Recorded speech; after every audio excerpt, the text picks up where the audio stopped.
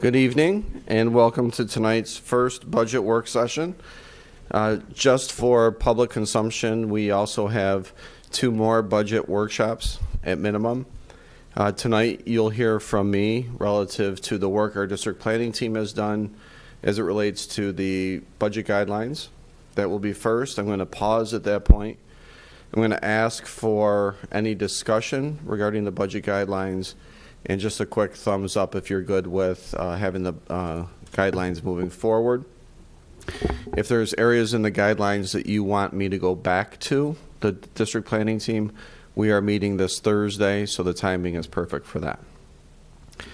We will then also cover tonight our revenues as well as our human resource report. So with that said, there we go. How about that? As far as our budget guidelines, we felt strongly that we maintained our tradition of being student-focused.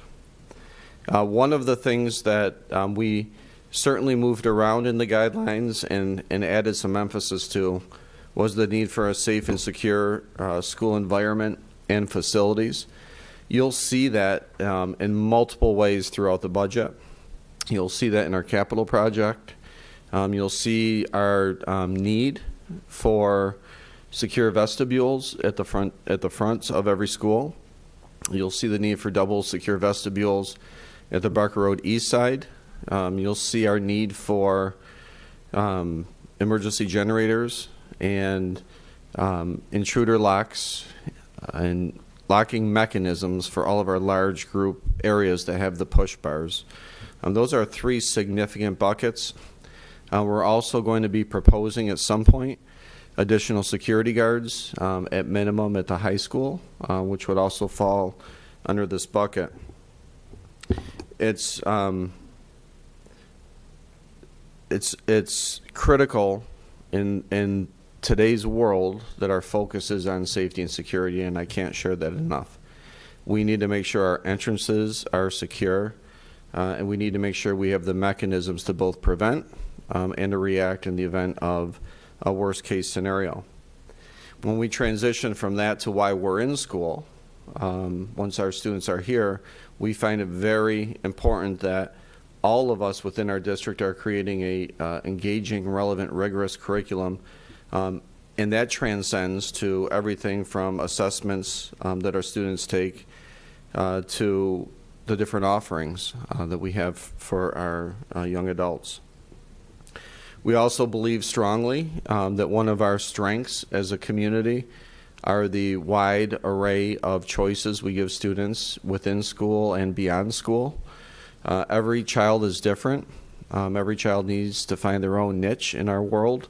And so the amount of offerings that we have for our student is critical. So we want to make sure that we're maintaining that whole concept of the whole child and giving students the ability to find a connection. As you're aware, we have increased our technology initiative of our one-to-ones for every student. Certainly, and this was forecasted, when you bring that many more devices on board, we're also going to need some additional support. So you'll also see a request for an additional technician type person to assist with the multiple devices that we have. And certainly, the last 3 have been the world that we've lived in. Thankfully, with an emphasis the last several years, with our importance on inclusive practices, equity across our district, which you'll also see in a different lens within our capital project. Our SEL and mental health supports have grown exponentially the last couple of years thanks to the federal funds. We'd like to continue moving forward with those. And then recognizing when we have 6,000 students that come across all of our buildings, that none have the same needs. We have the job of meeting all 6,000 students' needs in different ways. And so I'm asking for us to consider that within the budget guidelines. In order for an organization to thrive and to make sure that we are all on the same page and working in the same direction, high quality professional development is essential. We know that within the classroom, the biggest people that make a difference in the lives of children are the teachers. And teachers have in front of them anywhere between 16 and 25 students in a classroom, all with different needs. We need to make sure that we're providing professional development to assist our teachers in a way where they can meet the needs of our varied levels of students and needs. Curriculum assessment, grading, and instructional practices are always evolving. They are never staying stagnant. We are always looking at best practices. We're looking at things currently right now relative to a philosophy specific to grading, and how do we allow for grading to continue a student to be motivated, especially when they're not doing well. And we also want to make sure that grades reflect learning. So we have a lot of work to do in that area. Certainly we want to continue with our inclusive practices that are aligned with our goals that are on our website relative to inclusion. Our PLCs, this is the time that we allow for staff to talk about their craft, to talk about their initiatives that they're working on within their department or within their building, and how we can best align curriculum within those areas and best resources, so that regardless of where a student goes or what teacher the child has, they're going to still have that same high level quality of instruction. Safety preparedness, obviously, and the training that goes along with that. And then recognizing that schools are much more than teachers alone. We're also filled with bus drivers and cafeteria workers and paraprofessionals and secretaries and different directors, and all of them have a critical role in being part of making sure our students are doing well. We feel that it's important when we think about where we are right now, and you'll hear this a little bit more from Mike. Our CPI is 8.1. It's through the roof. Inflation's through the roof. Costs for borrowing are through the roof. People aren't making as much in their 401ks or their 403bs or any other investments. So more than ever, we need to be sensitive to all of those scenarios, knowing that it's certainly projected at least through the next fiscal year. So thinking about that, we need to make sure that we're delivering a high quality of education by being sensitive to what we're asking our community to support. So you're going to hear a little bit later that what we're asking for our community to support is close to a 0% tax cap. And we're able to do that this year, which is amazing timing, primarily because of state aid and all the advocacy we've been doing to get to a fuller amount of making us whole or partially whole as it relates to what the formula says we should get. So we're able to, my hope is to provide the same high quality of education that we're used to and accustomed to, and doing so with a minimum, if any, tax cap increase. Thinking about the future and the uncertainty, we're going to need a significant amount of time invested, and I have to thank Mr. Vespi for this, relative to long-term financial planning. Working collaboratively with our local partners, which we've always done, to share services, but thinking maybe a little bit differently about how that could look, especially as it relates to different area districts around us and perhaps how we can do things a little bit differently. We have the cessation of federal funds that we're going to have to contend with. Some of the federal funds are up this year, which means we've hired positions to come in for 2 years. That is going to expire. We've hired some positions to come in under different federal funds that expire in 3 years.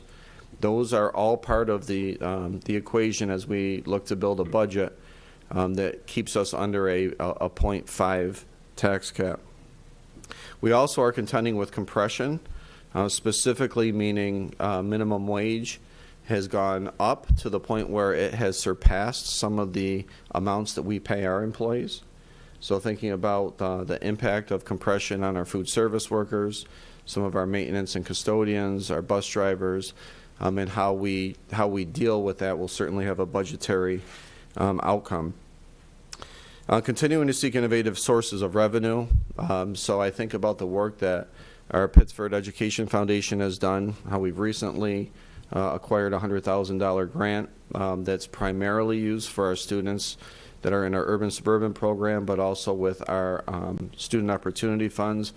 But even thinking beyond that, as we look even towards our next capital project, even though we're in the infancy of this, who can we tap into to begin to possibly donate money to offset any kind of levy?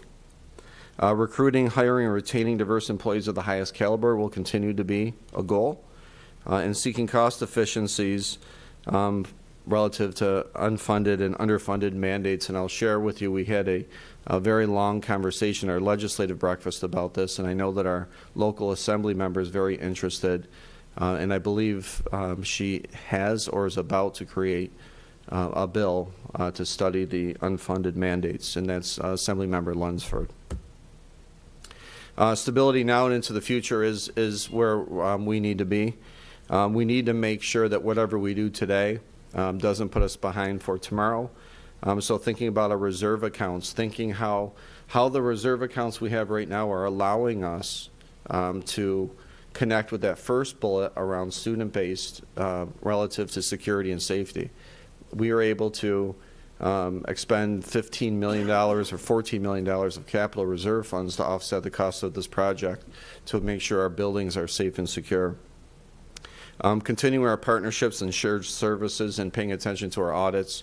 So our work with BOCES is significant. Our COSERs, the funds that were reimbursed to a large extent.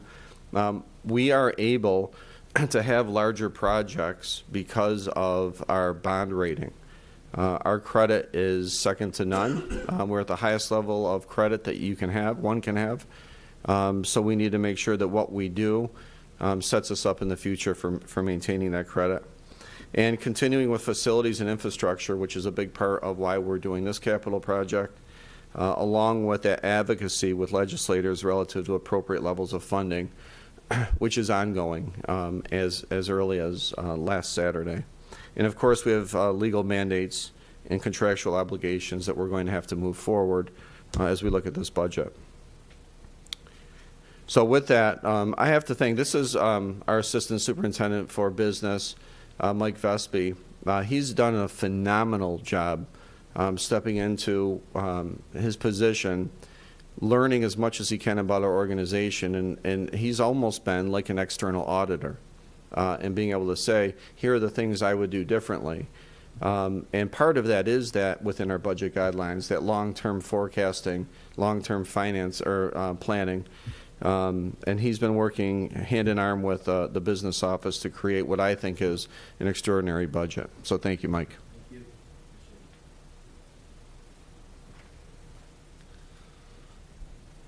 you. I think it's outstanding to start our budget workshop with the budget guidelines. It really, I think, grounds what we do. And I always say the best budget presentations are those about programs and services and pictures of kids. So it really feels, to be an excellent start in terms of grounding to what this budget really is all about. And it's those guidelines that set the foundation for the finances. So just in terms of the timeline, we show this a couple of different ways, but the budget never ends. The process, really is continuous. And so in June 30th, when we close the books, we really look into the future in terms of long-range financial planning, and we wait for the next step of the process, which is the release of the executive budget proposal.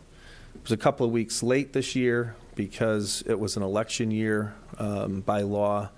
It can be a couple of weeks late. So we have that information, so we're able to talk about the revenue projections at this time. March 1st, we'll submit the tax cap projection. We're in a unique situation with the capital project vote, so as Mr. Pirro alluded to, we'll show a couple of different scenarios in terms of what that looks like. And it's just an early submission, and it can certainly be amended. And then, we'll be heavy budget in March with the requirements, and then the budget approval in April. And, of course, always the third Tuesday in May with the vote.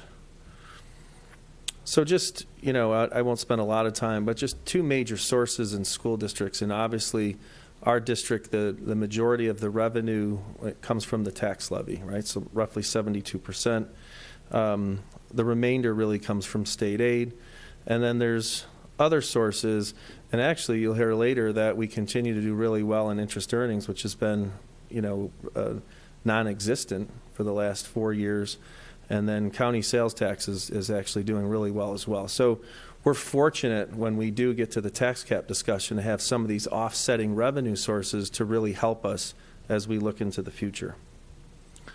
So again, I mentioned tax levy 72%, and this is where the tax cap legislation really is a catch-22, right? It's good from the concept that you want to limit taxes and support our stakeholders in the community. On the flip side, if you're dependent upon that revenue, you really have to, be very careful in terms of future forecasting to be able to afford the programs and services that you have. So I'm not going to get into the details in terms of property tax cap. I left this. This has been part of the district's presentation. I left it in because I do think it's good from a reference standpoint to look at this very simple 2% tax cap, which we know is far from 2%. It's dependent on other factors. The only thing that's 2% is the allowable tax, or the allowable growth factor. So I mentioned this, and I've alluded to this in the past, that I'll get into the weeds a little bit in the presentation in terms of, how everything's calculated. So remember, all these are subject to change. It depends on the final numbers. But the first thing I'll highlight is the tax-based growth factor, and that's a reflection of really new growth in the area. And I had forecasted that to be about 1.0056. It came in at 1.0051. That second factor down, comes from the Office of Real Property Tax Services. The next thing we do, we make an adjustment with prior year pilots and prior year exemptions, and then you can see the allowable levy growth factor is the lesser of CPI, or 2%. And again, we're capped at 2%. I'll show a slide where, the actual CPIU is 8%. And that's not keeping up, for us. And there's an overlay that I'll share with you. So then what we do is we subtract the pilots for the coming year. Again, the concept is a payment in lieu of tax situation. You do not need to put that on the tax levy, so you subtract it off. So it's a separate collection of tax. It's a side deal. And we've got 3 of those that are in existence, very minor. They're office park properties that have been in existence, and they'll increase slightly on an annual basis for the next couple of years, and then they'll trail off. So I've got a 5-year forecast that shows that, because as pilots come off, it impacts the percentage on the tax cap. The biggest aspect that we've faced, and that I have kind of audited since I've been here, is the fact that we had a tremendous amount of debt service falling off based on the 2002 project and that repayment schedule. So that really is the largest factor to impact this calculation on that capital levy exclusion. So you can see a tremendous difference, 5568 to 2944. Right, highlighted in yellow. That results, last year it was 2.53, and it raised $2.7 million, right? This year, that nets a 0.08 based on the financing if the project is approved, right? The early financing if the project's approved. And that would net $83,000. So in terms of this revenue forecast, this is as good as it's going to get in terms of that schedule. Here's what it would look like without, right? So everything that I mentioned on the first slide stays the same.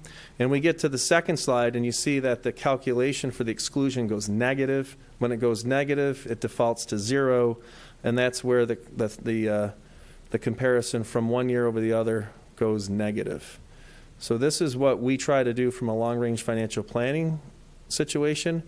We always try to plan capital improvement projects so that we can layer on the debt to avoid this particular situation.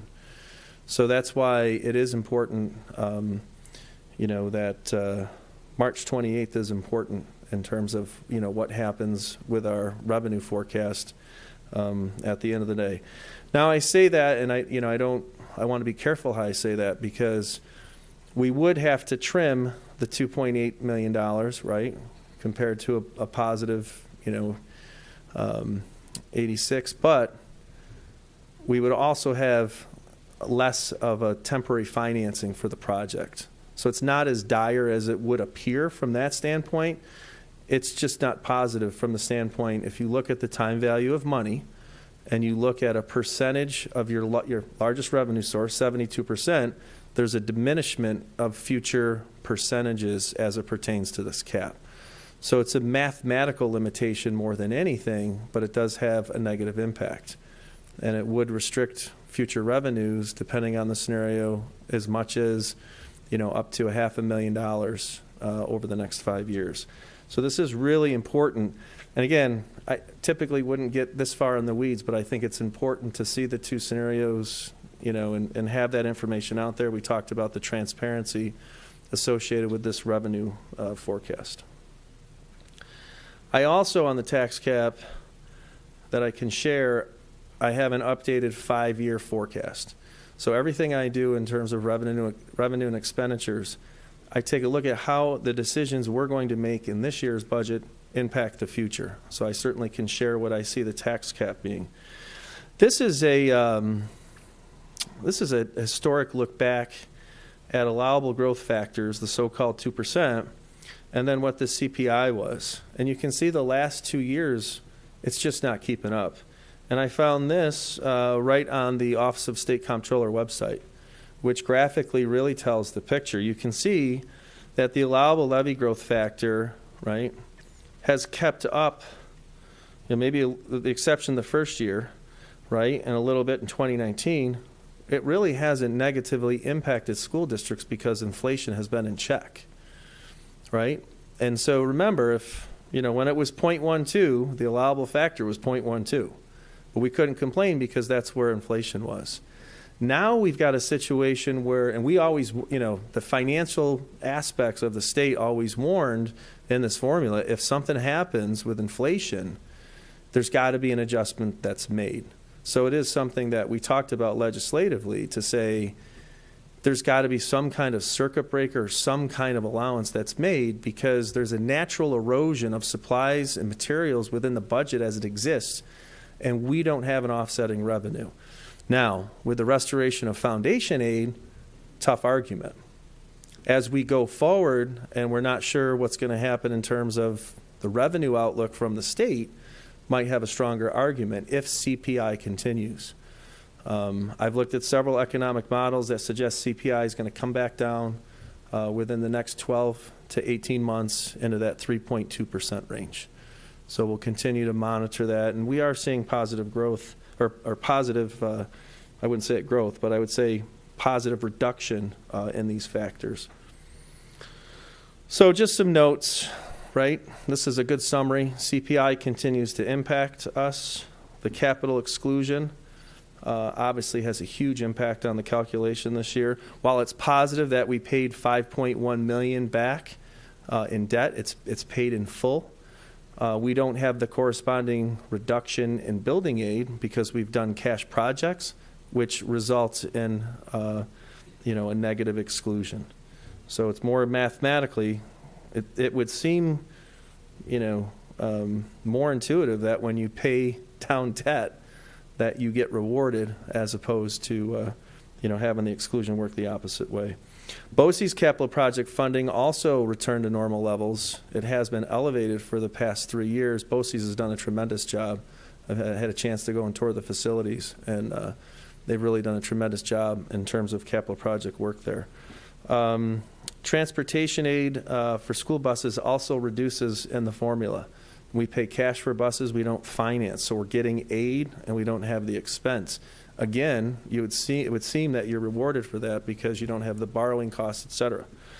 All right? And we'll submit this March 1st, but certainly we have the ability to modify it. Just to look at the tax levy history, this comes from the forecasting software that I use for the district now. And you see it starts to level off in 22, 23, 24. Foundation aid. We're very, very happy about foundation aid. Right? We've waited a long time. We've waited over 10 years to be fully funded for foundation aid. We've waited our turn. We've endured the gap elimination adjustments, the deficit reduction assessment, and we finally have the aid coming in. And it's coming in all at once over the last 2 years. But out of respect to my colleague and all of the tracking that's been done, it still results in over $100 million in the arrears in terms of revenue to the district. So this district has done a great job maintaining programs and services while not being fully funded from foundation aid, and we'll continue to find creative ways to do that even if we face future challenges. Just some highlights here. We're waiting to hear what the high impact tutoring aid is. It's over $600,000 for the district. It's a set aside at the bottom. Usually when the state puts these types of figures out from a particular initiative, they'll put it out. We'll see if it makes it through the legislative aspect of the budget, and then the guidelines follow, and then we play catch up. So certainly I think from an academic standpoint, this would be money that would be well worth it. To continue tutoring and any mitigations from COVID-related fallout. Expanded mental health services for school-age children. We've heard that in our legislative breakfast and on our webinar. So I'm curious to see, what's going to happen there. One of the things that's, scratch cooking and discretionary spending for New York produced foods.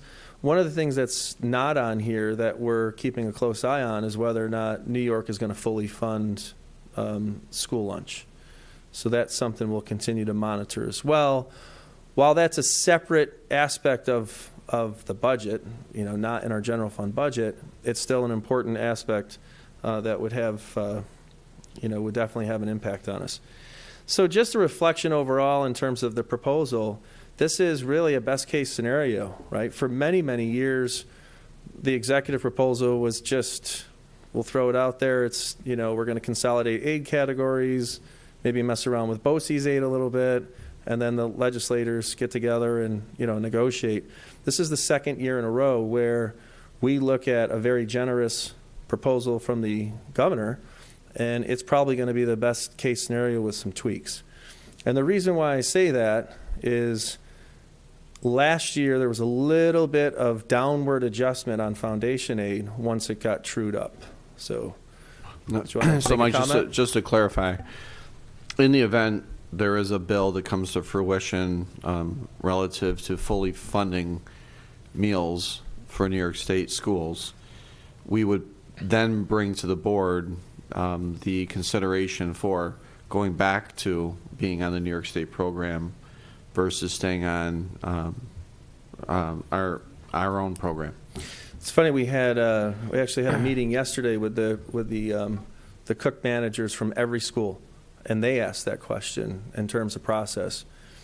Certainly, it would be a process to make that change back. We'd have to look at staffing and requirements and regulated, going back to having regulated menu selections and recipes. And so, their concern was, well, we couldn't do that all at once. And really, if that happens, it really would be a process. We'd have to put together an appropriate timeline. We'd have to put together appropriate staffing. And then we would have to do a lot of retraining based on not being part of that lunch program, for a few years now. So, yeah, so thoughtful consideration would have to be given in all those areas. So I always laugh about what you read in the paper about foundation aid and percentages, and then we dig into them, right? We don't have universal pre-K here, so you see there's a large increase that's shown there. Transportation aid, the estimate that's on here, is nothing more than that. It's an estimate. Actual aid will be reflective of what we actually spend as of June 30th this year, and we've been using federal funds to offset some of the increases in transportation. BOCES aid is also an estimate. of what comes, really over the next 2 fiscal years based on what you spend. Everything else looks good. High excess cost is probably a little high. Everything else looks good. So if we subtract universal pre-K, we're more at about 20%, and then you see that 632 for the set-aside for high-impact tutoring. So this 25% is really an overstatement that you would read about, right? It's really more 20%, and then within that 20%, when we boil it down based on some of what I just outlined in the areas, including we have to true up foundation aid based on current law. We don't want to use the largest estimate and then have to track it back. We're looking at about 12.34%, right? So that's probably more in line, more realistic from an estimate standpoint. Again, very, very, very positive situation. And if this is the year to have it based on our tax cap factor, then we're in really good shape in terms of that. This just gives you a historic look at foundation aid and total state aid. This comes from our state aid planning. So you can see about half of it comes from foundation aid out of total state aid, and the remainder are those expenditure-driven aids.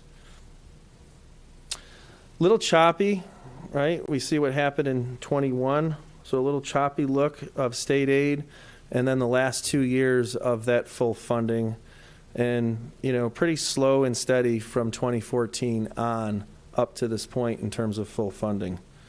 So this will be something that from a future standpoint, if the expectation is 3%, I've already got a forecast model out of what that looks like, but we just don't know. And that's the biggest unknown that we have right now is all we've talked about since 2007, and really before that, it started really probably in 2003, 4, is foundation aid in this formula. So now once it gets fully funded, what do we do next? And so that really is going to be the question overall. So again, positive news. With an approved project, we see total new revenue at $3.1 million. It's going to be a little bit higher because we always are conservative on actual budget estimates of state aid.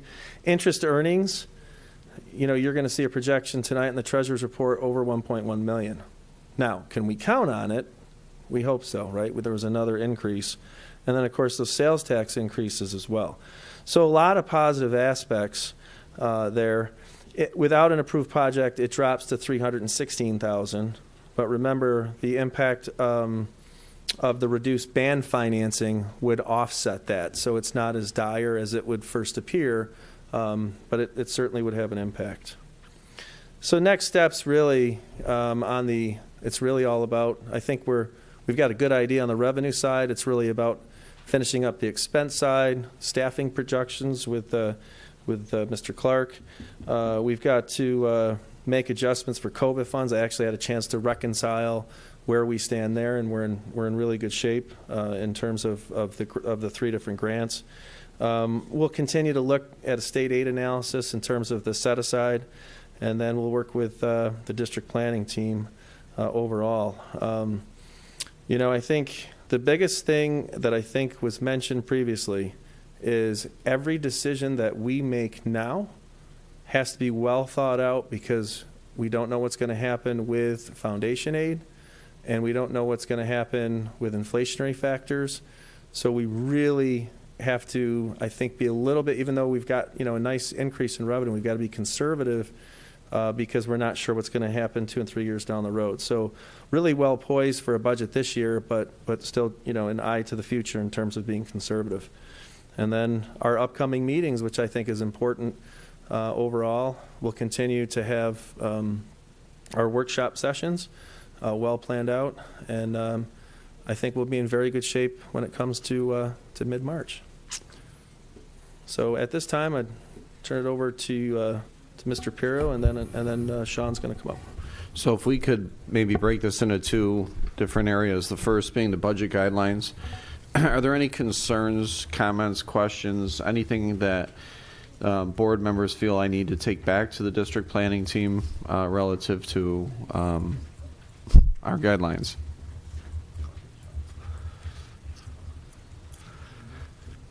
I'm going to have to split the two of you up in the back. I'm sorry. Liz and Barb, if you can just split apart. Now you're both on camera, too. So if we could just get a thumbs up if they're good as is.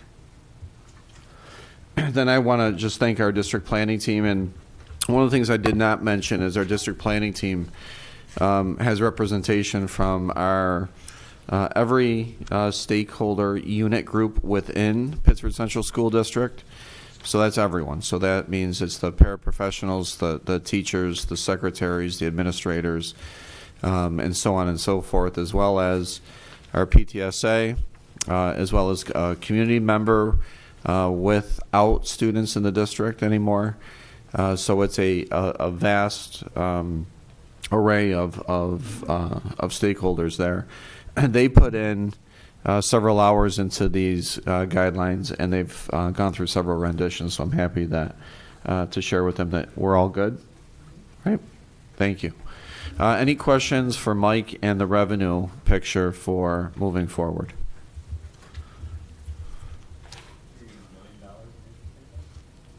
That's what the current projection really is. It continues to grow. Yeah. So I don't know that we can count on that into the future, but when you look at our current budget and you look at what we can budget, it's that's why I've got a conservative range of 500 to 750, but that might even be below if we keep up at this rate. So there's a whole generation of treasurers and school business officials that are out there that don't remember what it's like to actually be able to invest this cash flow and get a positive return. So it's eye-opening for municipalities. Hey, Mike, what is the amount of federal aid coming off this year? Do we know the actual? The total amount of federal aid? Yeah. It's so we have two grants. It's the SRSA, and there's two parts. There's ESSER and GEAR. And one was a little bit over 4.4 million. The other one was smaller, about 750,000. We've had a plan in place to spend those funds over the last 2 years. And in fact, I just gave an update. Remember, this is accounted for separately, right? So we did have some additional positions for mental health services and for some cybersecurity initiatives that were in those grants, and we're in the process of evaluating how to transition those positions into the general fund. We do have one more year of the ARP grant, and that's a little over $1.2 million, and the balance there is probably about 370,000 right now, and we've got some staffing that are located in those grants as well. So really a huge infusion into the district. And you remember that one year that you saw where the revenue went negative in terms of the reduction in transportation aid and some of the holdback in aids, and there was a drop off in building aid as well. So these federal grant funds were meant to keep districts going, and they were designated for a particular reason. Learning loss, and a whole variety of other initiatives, but that was really the big focus, as well as mental health services, and so we've actually done a good job, and we're in line to be prepared to close 2 of those grants out in September, so it crosses the fiscal year, and then we've got another fiscal year for the ARP grant.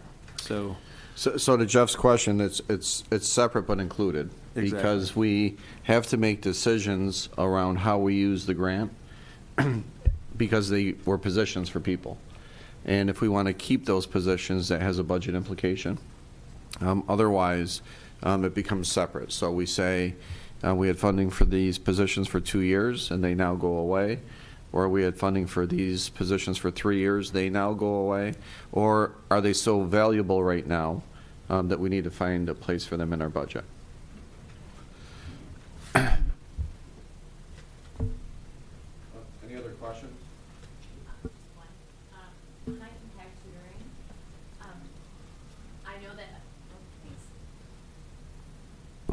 I know that the budget line item here is small in the grand scheme of things, but do we have any information from the state, what they're expecting from school districts as to how to use that money, what that's going to look like? No, in fact, we have a briefing from the State Aid Planning Service, usually between, ASBO and NISCUS, the Superintendent's Association, and State Aid Planning. Usually one of those organizations will give us the information, and we haven't seen anything yet. We're hopeful that, some of the services that we have as part of the federal grants, we're hopeful that this line item will continue to help mitigate some of those impacts from COVID. So that would give districts a little more of a transition time. Because remember, federal grant funding, once the deadline comes, it's either account for it and show the spending, or it's gone. So that's the only guidance that I can give on it right now, is I think it's meant to bridge the gap in some of these areas of academic need. And as soon as we find out more, we'll let you know. Thank you.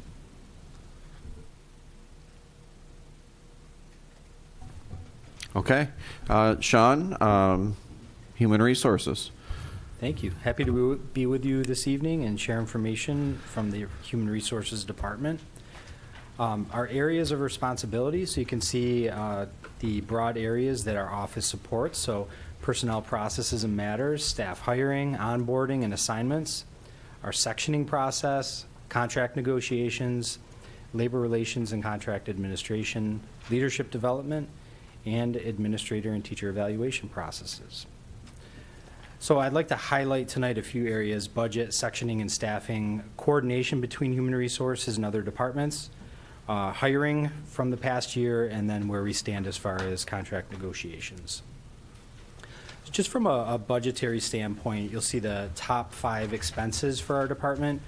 So salaries, second line, the orange slice there is teacher fellows. And if you're not familiar with the teacher fellows program, that's a collaboration between area colleges and universities, our district, and Monroe 2 BOCES. And what it allows us to do is bring in current college students as substitute teachers. So we do pay them. They're part of our staff, and they have a set schedule. It's per semester, so we have a fall semester and a spring semester where we have teacher fellows. And the nice part is we get some staffing support and help in terms of substitutes, and then it's also COSER aidable. So the money we spend, we get a large portion of that back. So it's a great way to spend money in supporting our buildings. Our BOCES contracted services, meeting expenses, and interview committees kind of round out the top 5. From a budget history standpoint, you'll notice just the 6 years of data here. Just wanted to highlight the increase from 2021 to this year, and that's mostly due to a clerical position that was historically funded from a printing and mail services account, and that was moved into the HR budget. So there's a decrease in one line item and an increase in the HR budget. And then also we've had some increases from BOCES services and the Teacher Immersion Fellows program because we're fully participating in that. But again, that's COSER aidable. So last year to this year, we're looking at about a 4.45% increase. I'd like to share a little bit of information about sectioning, and we'll start with elementary. So as you look at the data, what you'll see is the blue lines represent where we are this year. So we currently have 111 sections, kindergarten through 5th grade, in our 5 elementary buildings. And using the data that Jeff, Dr. Kimmer and his team supply us, we look at forecasting for next year. And we're looking at about, at this point, 116 sections, so that's an increase of about 5. So we're looking at Allen Creek increasing by 1 section, Jefferson Road increasing by 2 sections, Mendon Center increasing by 1 section, and Park Road increasing by 1 section if everything holds true. We hold our final sectioning meeting in July, so that's really where we look at the actual data, the actual enrollments, and then we base those on our planning numbers that are part of the teacher's contract, and then we look at our final sectioning at that point. Middle and high school this looks easy, but it's a little challenging. But the goal here, the overall theme that you need to understand is we're looking at staff neutral. Middle school staffing is fairly straightforward because of the team model that we utilize. And then high school staffing is driven by the programs of study and student selection process for graduation requirements and elective courses. And we spend a lot of time together. I meet with the secondary principals 4 times. We look at what students have selected. We go through each course to figure out which courses are going to run, those that we might need to not run for a year based on enrollment. And we go through that process and we tune that throughout the spring. So a lot goes into that. It's a very thoughtful, thorough process, but the secondary administrators really understand that the goal is to be staff neutral. From a coordination between human resources and other departments, we collaborate with our special education departments, business office, student services, allocating money through the CARES Act funds, increasing our social emotional learning support with mental health specialists and behavior specialists. We also worked very closely with the business office to make sure that we were able to comply with the healthcare worker bonus. There's a lot of information that we had to coordinate and work with and making sure that those employees were identified, that the information was put into the portal, the monies are received, and then those funds will go to those employees on February 12th. As far as hiring, so this is kind of a snapshot of where we've been in the last year. So we hired an assistant superintendent for business, a Thornell Road principal, 2 assistant principals, one at Sutherland and one at Mendon High School, 37 certificated staff, 45 school-related professionals, and 43 support staff members. And we continue to work diligently on hiring and retaining a diverse workforce.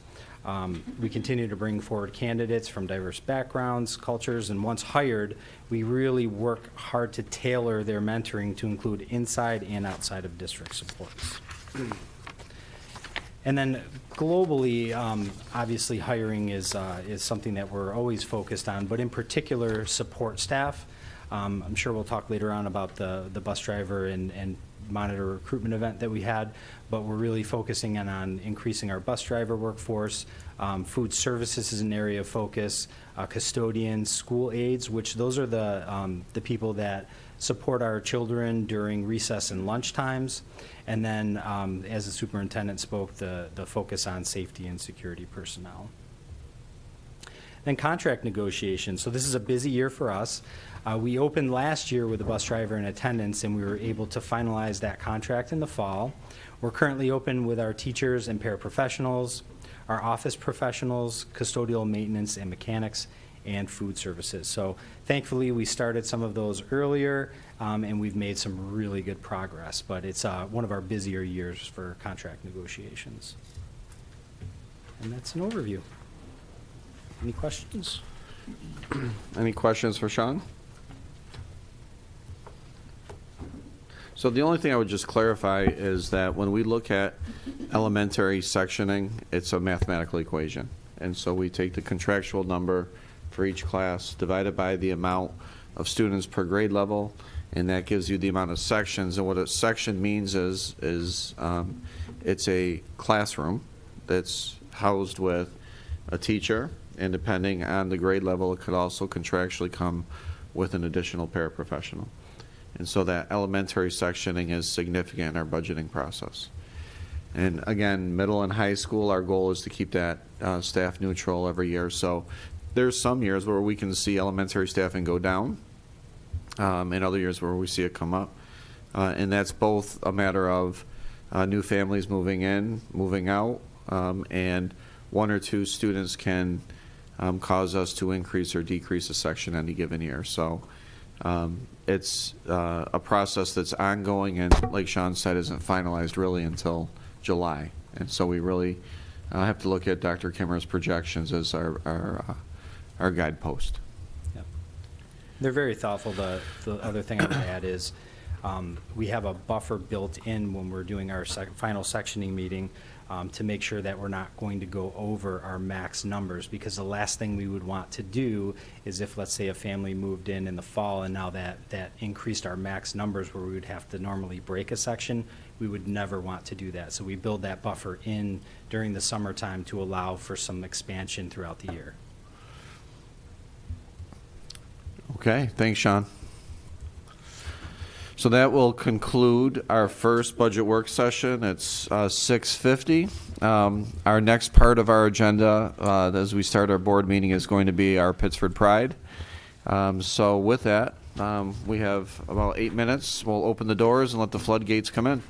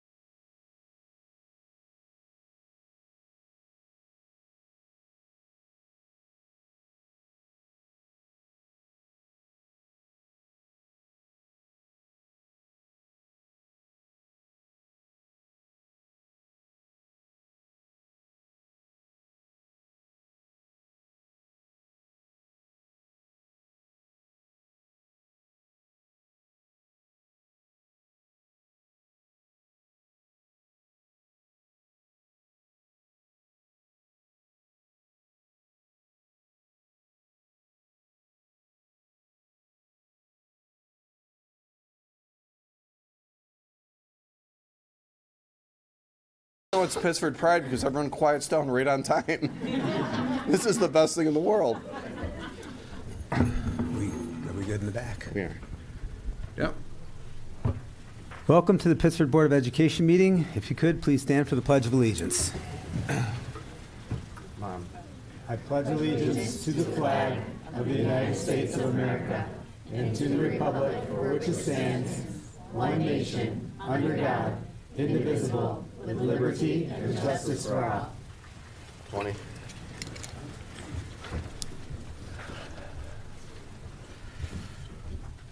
Okay, if I could please get a motion for approval of the agenda.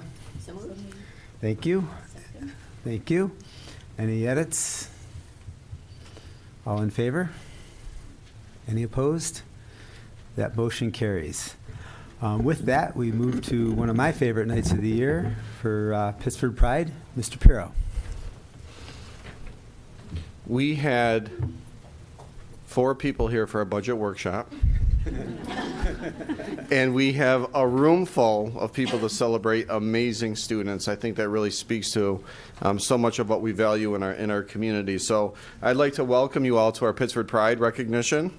I want to emphasize my gratitude to our principals, our nominating staff members, our family that are here tonight, friends, special guests, everyone here to celebrate with us this evening. Most importantly, I'd like to thank our recipients this evening for being extraordinary. Want to thank you all for changing the lives of others in a real positive way. It's I'm trying to find the words for this, but when you go through a real downtime in life, it really takes some really superheroes to bring us back out of it. In our last couple years, we've gone through a real downtime with COVID. And so we have to look for brave people to get us out of that, to bring us together, and to help all of those that are around us. So the 9 students that we're recognizing tonight, I want to thank you for not only being outstanding citizens, but in my world, I want to thank you for being heroes for our district, because you've taken a real dark time and helped us get out of it. And we're getting closer to getting out of it every day because of students like you.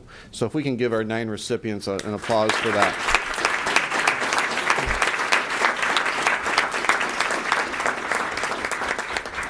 This is also pretty cool. So we have 6,000 students in our district, roughly. And in the course of a school year, 27 students will be recognized for the Pittsford Pride Award. And so if I could just get someone to tell me what percentage of students that is without pulling out your calculator. Okay, it's a real small percentage. I'm sorry, Barb. Okay. So there are 99 2/3 students that will not receive this. So congratulations. Barbara's a retired math teacher from Pittsford Sutherland. That's pretty funny. You're the only one that's ever answered that. Tonight's ceremony will be shared on our district website and also our YouTube channel. So just a real quick history of how this started. We wanted to highlight positive behavior, positive character. We hear in the news and the media too often the things that are not going well and the things that are people doing wrong. So we wanted to highlight the students that really are doing the right thing and bringing positivity and comfort and citizenship and changing the lives of people around them. So we started Pittsford Pride. We asked every building since its inception to seek out individuals that they felt exemplified citizenship, and we asked them to tell us why they felt that way. Then a building level is convened, and that building level selects one person per building. Beyond tonight's recognition, students will be recognized many different ways based on what building you're in.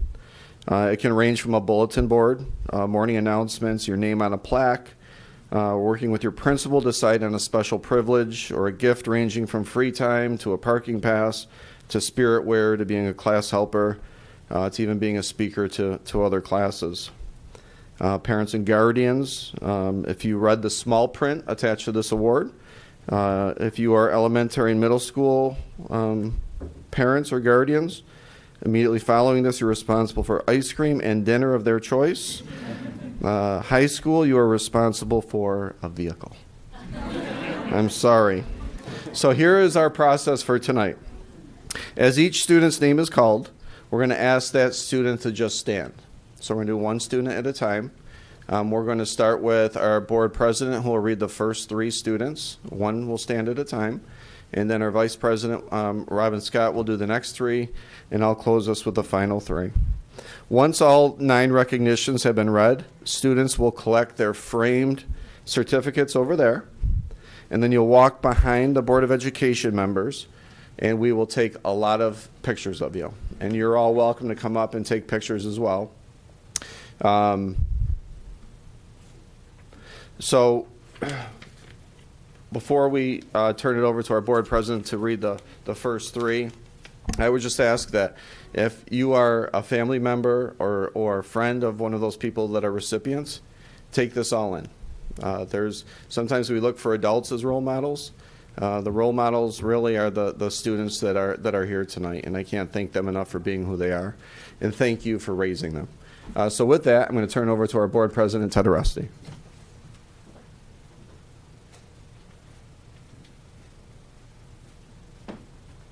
Good evening, everyone. There are about 6 seats over here if anyone wants to come over and sit down. I feel bad everybody's standing. But more importantly, my first student, the first student of the evening that we're going to be recognizing is Carmen Esposito. Carmen Esposito, could you stand?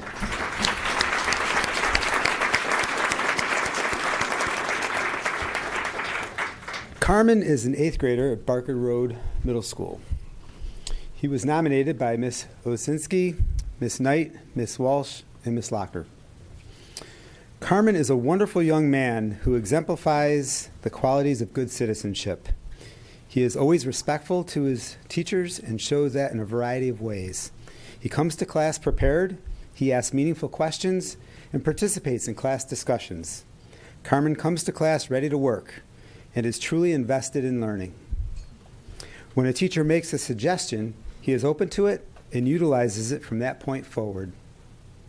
He is open to new learning and works to make connections to prior learning. It is fun to watch Carmen's expressions as he processes and then gets or understands the information. He is respectful to his peers and is willing to work with all students. When put into a group with people he is not close to friends with, Carmen is still open and fully participates in the group work. He respects the thoughts and opinions of other students and waits his turn to contribute to the group. Even when he has more knowledge than someone else, he seeks first to listen and understand the perspectives of someone without trying to control or dominate a discussion or conversation. This maturity is helpful when working with a group, and it's obvious that he is well respected for his thoughtfulness and kindness to others. Another trait that makes Carmen exceptional is his maturity in understanding that doing his best academically is number one priority at school.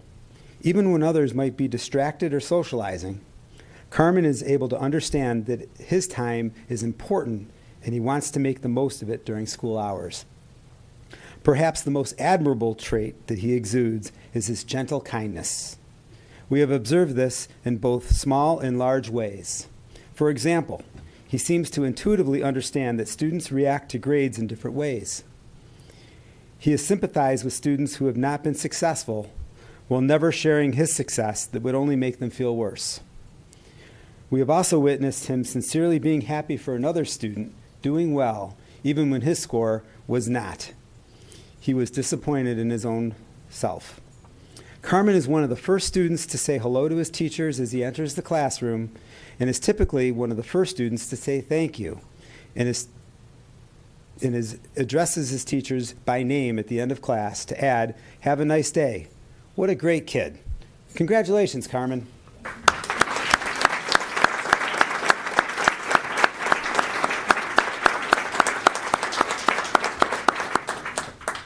Next, I'll be recognizing Christopher Johnson.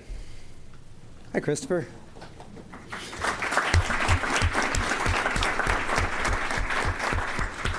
Christopher is a 10th grader at Sutherland, and he was nominated by Emily Natoli Burns. Christopher Johnson is truly a model student. Chris maintains high grades in all of his classes, but more importantly, is always willing to help others learn. He is kind and caring about his friends and community. Christopher chooses to put his energy towards becoming a better student, even when he struggles with his own difficulties. When he shows up in the classroom, he does so with a positive mindset and a desire to put his best energy in. Christopher is a positive role model and presence in both class and in Latin Club. His enthusiasm for learning is infectious. He both leads class discussions with confidence and is actively interested in others' opinions. Always respectful, always helpful, Christopher makes Sutherland shine. Chris is a member of Latin Club, Environmental Club, Reset Club, and Fishing Club. He has a passion for stewardship of the earth, especially marine life. He hopes to study marine biology in college, and while here at SHS, he is doing all he can to gain knowledge about science and the environment. Chris puts his energies into being an active member of the clubs he participates in. His club advisors report that he comes to meetings with ideas to benefit the entire group. He gives his time willingly to these causes. He commits the time needed to be a true member of his various clubs. Academically, Christopher is not afraid of hard work or a challenge. When he makes a decision to push himself in his classes, he sticks with it, even when it may be daunting. In taking on these personal challenges, Christopher has demonstrated that he does not just take the easy path to personal growth. He sets himself up by studying daily, meeting with teachers, and keeping his agreements. Christopher has a tremendous amount of empathy and practices using it when offering others assistance when they need it. In the classroom, Christopher can be seen offering support to others. Chris always chooses to do the right thing, in and out of the classroom. He leads by example and steps up when the moment requires it, and surrounds himself with others who do the same. Congratulations, Christopher.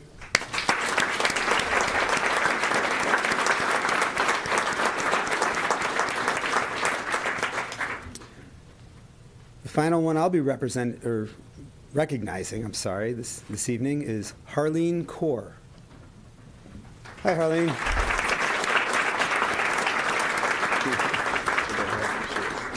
Harleen is a fifth grader at Park Road Elementary, and she was nominated by Mr. Caparco, Ms. Pano, and Mr. Ford. We are so honored to nominate Harleen for the Pittsford Pride Citizenship Award. Harleen is a kind and enthusiastic learner who always gives 100%. During classroom discussions, she asks clarifying questions and is always actively engaged in the curriculum. She is always willing to lend a hand to her peers and teachers in the classroom whenever they need support. She takes an interest and tries her best in all areas. When a new student enters the classroom, she is a terrific ambassador to help that student acclimate and feel welcome at Park Road. She is welcoming and kind to all students. She is very sensitive to others' needs and responds accordingly. She truly wants to build people up and make other students shine. She does not want any praise or recognition for these acts, even though she is very deserving of this. Harleen has such a positive influence on our classroom and school atmosphere. In physical education, it doesn't matter what unit of instruction we are doing, she maintains a positive attitude and tries to get better. She is very accepting and welcoming when it comes to working with others in cooperative situations. She is a team player. Harleen is very friendly, caring, and is often seen smiling in the halls of Park Road. This definitely has a positive impact on the school community and sets a good example for all students, especially younger grade levels. Harleen serves as safety where she helps support younger students and serves as a role model within the building. She is always calm, helpful, and willing to help whenever it is asked of her. Harleen is a model student and is such a positive presence at Park Road. She is always striving to make the school a better place. She is truly one of a kind student who we are also grateful to be able to see flourish. Park Road is lucky to have a student like Harleen. We are so excited to see that what the future holds for Harleen. We know it will be bright with her in it. Congratulations, Harleen.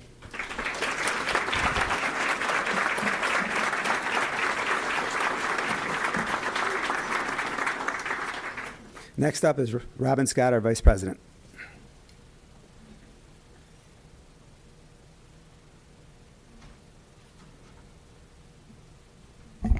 Good evening. I am so happy to announce our first honoree, Sora Kawaku O'Connor. Please stand, Sora.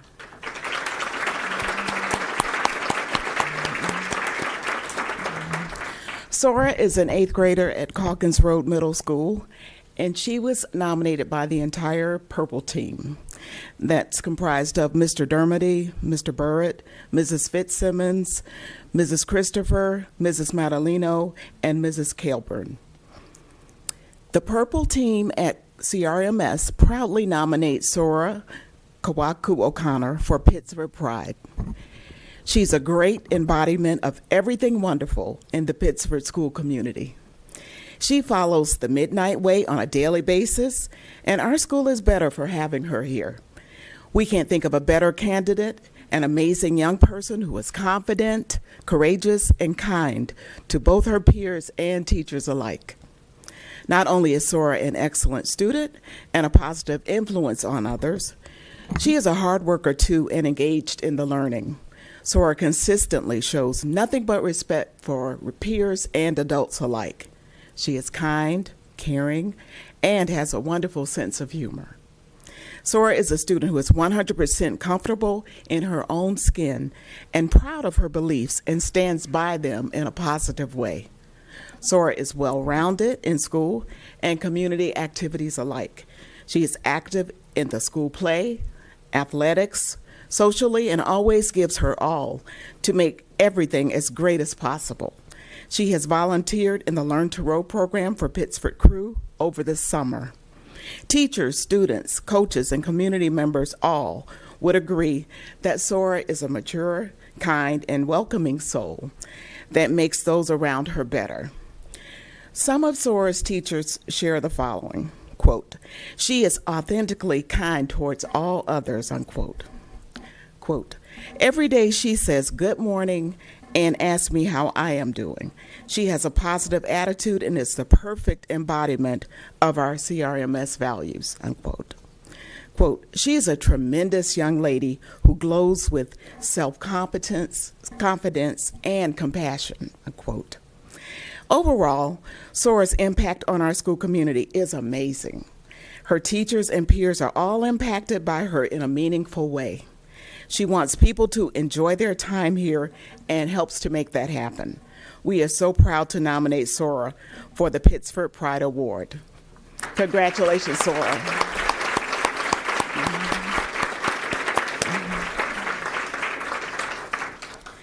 Next, I would like to ask Jisoo Oh to stand.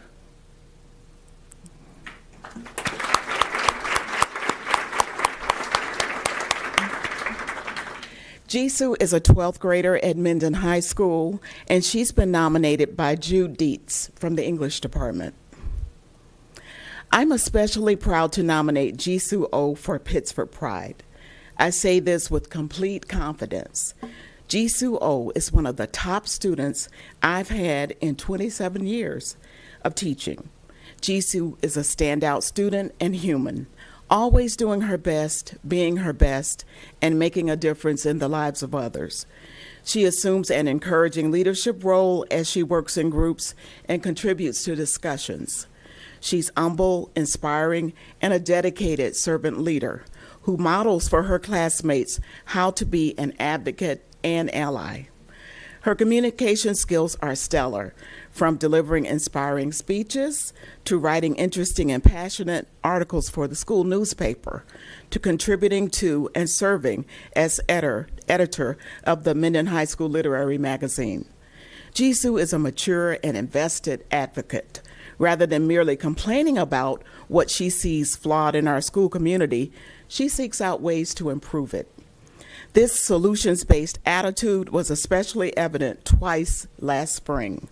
First, troubled by the school shootings and in service of her peers who felt the need to process the events in a deliberate way, Jisoo proposed a reflection period. After introducing the idea to Ms. Julian, Jisoo, in a measured and passionate way, articulated the need for space and time for our school community to process. With support from Ms. Julian, Jisoo set in motion a dedicated plan through social media, posters, and announcements for the school community to come together voluntarily during lunch periods. She reached out to mental health staff to ensure their availability to attend in case the time brought up a need for more support. Jisoo saw a need and acted on behalf of others. The second example of advocacy and positive contributions to the entire school community is when Jisoo partnered with the president of our Black Student Union to propose a Cultural Heritage Day of celebration. They outlined the plan, pitched it to the administration, explained it to our ILT, and gained support from all. As a result, our school will have our first Cultural Heritage Day in February. Jisoo has planned this celebration from its inception to its soon-to-be reality. She has rallied others to execute this special and inclusive day, reaching out to all sorts of cultures to be represented. Students who identify as Jewish, Black, Korean, Haitian, Albanian, Lebanese, and more. Pittsford is lucky to take pride in having Jisoo part of our school community. Her warmth, sincerity, compassion, and respect for all shine. Jisoo is a model of what it means to do your best, be your best, and make a difference in the lives of others. Pittsford Minden is pleased to honor Jisoo as our Pittsford Pride recipient. Congratulations.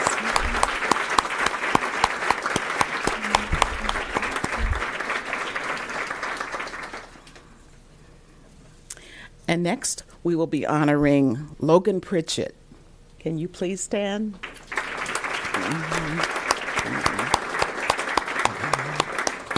Hello, Logan. Logan is a fifth grader at Minden Center Elementary, and he was nominated by Mrs. Pink and Mrs. Mangelli. It is our pleasure to nominate Logan Pritchett, a fifth grader at Minden Center, for the Pittsford Pride Award. When Logan walks the halls at Minden Center, he greets everyone by name and always shares a smile and kind words. Logan is an inspiration to his grade level peers. His positive attitude is contagious, and he inspires those around him to be their best. During the school day, Logan is an extremely modest and hardworking student who thinks deeply about his learning. He participates in class discussions, responds meaningfully to the ideas of his classmates, and poses thought-provoking questions. In the classroom, his actions help to build a supportive learning environment for everyone. He is a mentor and friend to all students, works well with others, and is committed to the work he is assigned. Logan exudes optimism, and classmates are drawn to him as a result of his positivity. Logan always does the right thing and isn't concerned with the opinions of others. In social situations, he shows maturity and sincere empathy for others. For instance, during field days in fourth grade, Logan went out of his way to support classmates during a game of kickball. He recognized that not everyone shares an athletic prowess, but he empowered his classmates and made the game a memorable experience for everyone involved. The same can be said for physical education classes and recess. During PE, Logan will approach classmates who may struggle with a game or skill and share encouraging words such as, "You can do this," or "You've got this, keep your head up." He will even check back in with those students throughout PE class to see how they are doing and if they need any more help. What really makes Logan stand out is his authenticity and integrity. Throughout every day, across all settings, and during every year at Minden Center, Logan has proved himself to be an humble leader, a caring friend, a strong advocate, and a committed student. We are lucky to have Logan at MCE. Congratulations, Logan.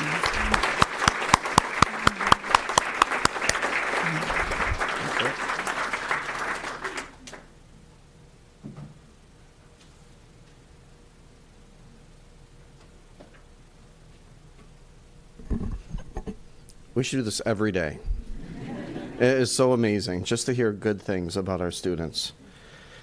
When we did our budget guidelines, we talked about making sure that we preserve all the programs for all the different children we have in the community. Who knew we had a fishing team? And it's pretty good, isn't it, Christopher? Can you come up here for a second? How good is our fishing team? I think it does pretty well. Yeah. I have a T-shirt that says something about fishing champions, and I had to go to the club advisor and said, I didn't know we had a fishing team. That's amazing. Yeah. It's Yeah. kind of on the down low. Yeah. It's not really talked about too Yeah. often. Well, congratulations. Yeah. I heard the fishing team's amazing. It is my pleasure to introduce Mark Shand, grade 5, Thornell Road Elementary School.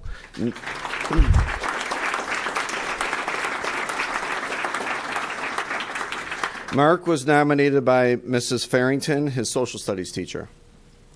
At Thornell Road Elementary School, we pursue excellence in learning and in character. We strive to be respectful, responsible, fair, trustworthy, and caring, even when no one is watching. Day to day, Mark Shand demonstrates these traits, and he goes above and beyond to show care and compassion to everyone. Because of this, he is most worthy of the Pittsford Pride Award. When you first meet Mark, you can tell in an instant that he is a ray of sunshine. Mark is a great friend, an avid builder, and active basketball player. He has a quiet confidence, he has a friendly demeanor, and he has a genuine interest in helping other people. This helpful nature is evident in the classroom, where he eagerly helps a partner with a tricky concept, cleans up dropped materials, and contributes helpful ideas to class discussions. Mark has also shown his benevolence during Thornell Road's Ugandan Water Project Wave Makers initiative. During the month of November, Thornell Road 5th graders took on the task to engage in a rigorous curriculum to learn more about the global water crisis. As part of the initiative, the students raised money to provide a school in Uganda with a rainwater collection tank. Since the first mention of the project, it was clear that Mark felt drawn to the cause. He dove deep into the curriculum, engaging in important conversations with his teachers and his peers, and was an active participant in identifying possible solutions to the global water crisis. Mark's dedication continued at home, where he educated his friends, families, and neighbors through informational flyers and personalized videos about the project and the lasting impact it can have on the Ugandan students. Mark raised $1,585.33. He was an outstanding example of how hard work paired with compassion and education can make a huge and lasting impact on the lives of others. Mark is the definition of a Thornell Road elementary star. I'm sure the impact of his kindness will only continue to grow. Congratulations, Mark.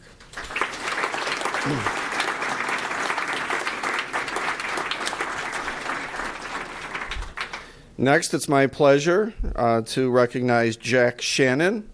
Jack, can you stand up in the back? Grade 4, Jeff Road Elementary.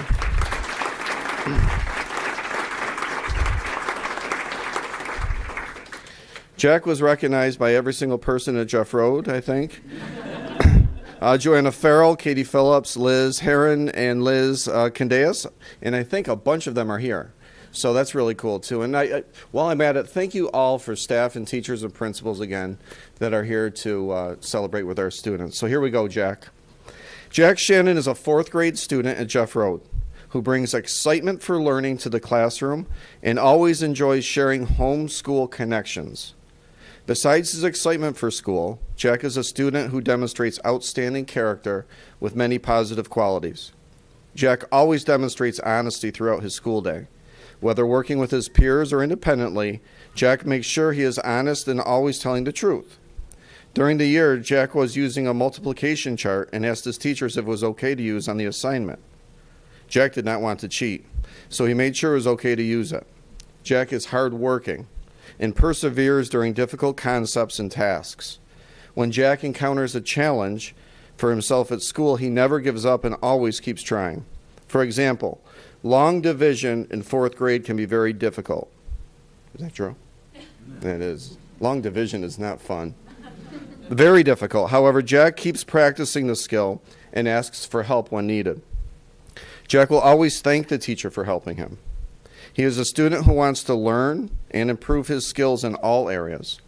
Jack is a friendly and kind person to his peers and teachers. When Jack encounters someone in the hallway or even in the classroom, he will greet you with a good morning or a hello.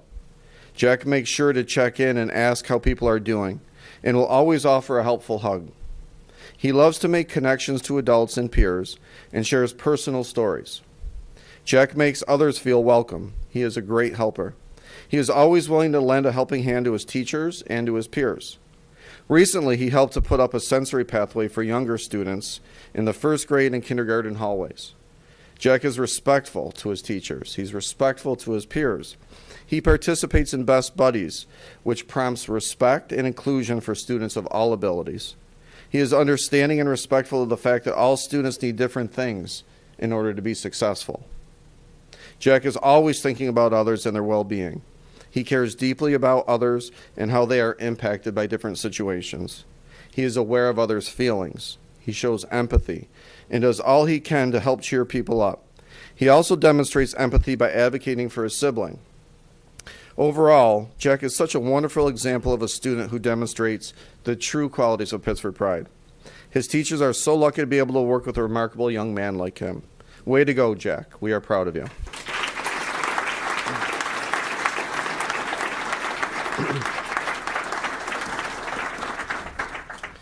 So, Jack, I think that's more than an ice cream. I think you got to raise the stake a little bit with your family that's here. All right, our last, Eleanor Single, grade 4, Allen Creek Elementary School. Hi, Eleanor. Nominated by Ms. Hallett, Mr. Wakira, and Mr. Biondi, who are all here this evening that I see. Thank you for being here.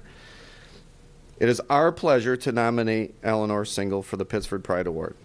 Eleanor is the ideal candidate for the Pittsford Pride, as she exemplifies many character traits necessary of such a prestigious award, including the 4 ACEs traits: being accepting, being cooperative, being empathetic, and always being supportive.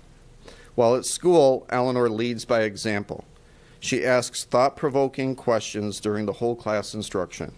She always works well in groups. She goes out of her way to make each day better for everyone around her. Some examples of this include entering the classroom daily with a smile, saying good morning as she walks past her peers, offering a hand when someone is having difficulty, being one of our student council representatives, and being an active member of our Best Buddies program. Eleanor is able to put herself in other classmates' shoes and anticipate their areas of difficulty. She is able to provide these students with support and encouragement in a non-judgmental way. One example of this occurred during her experience as a 4th grader this year. Eleanor noticed a classmate having a difficult time on a math assignment. She pulled her chair up next to him, walked him through various problems until he had a better understanding of the task, then switched roles, allowing him to walk her through problems to demonstrate understanding. That's exactly what a teacher does. This displays just one example of her empathy and her compassion for her fellow classmates and her dedication to making those around her feel successful on a daily basis. Eleanor also demonstrated these acts of kindness in 3rd grade. She often would help others throughout the day, offering an extra set of hands and solving difficult problems. Eleanor exemplifies the culture we work so hard to cultivate in Pittsford, demonstrating acts of kindness, leading with her heart, while expecting nothing in return. Kindness is contagious, and Eleanor's random acts inspire those around her. Eleanor, we thank you for being you. We are also proud of you. We're proud of your accomplishments, and we are honored to be able to nominate you for this award. Continue to be the role model that you are. Congratulations.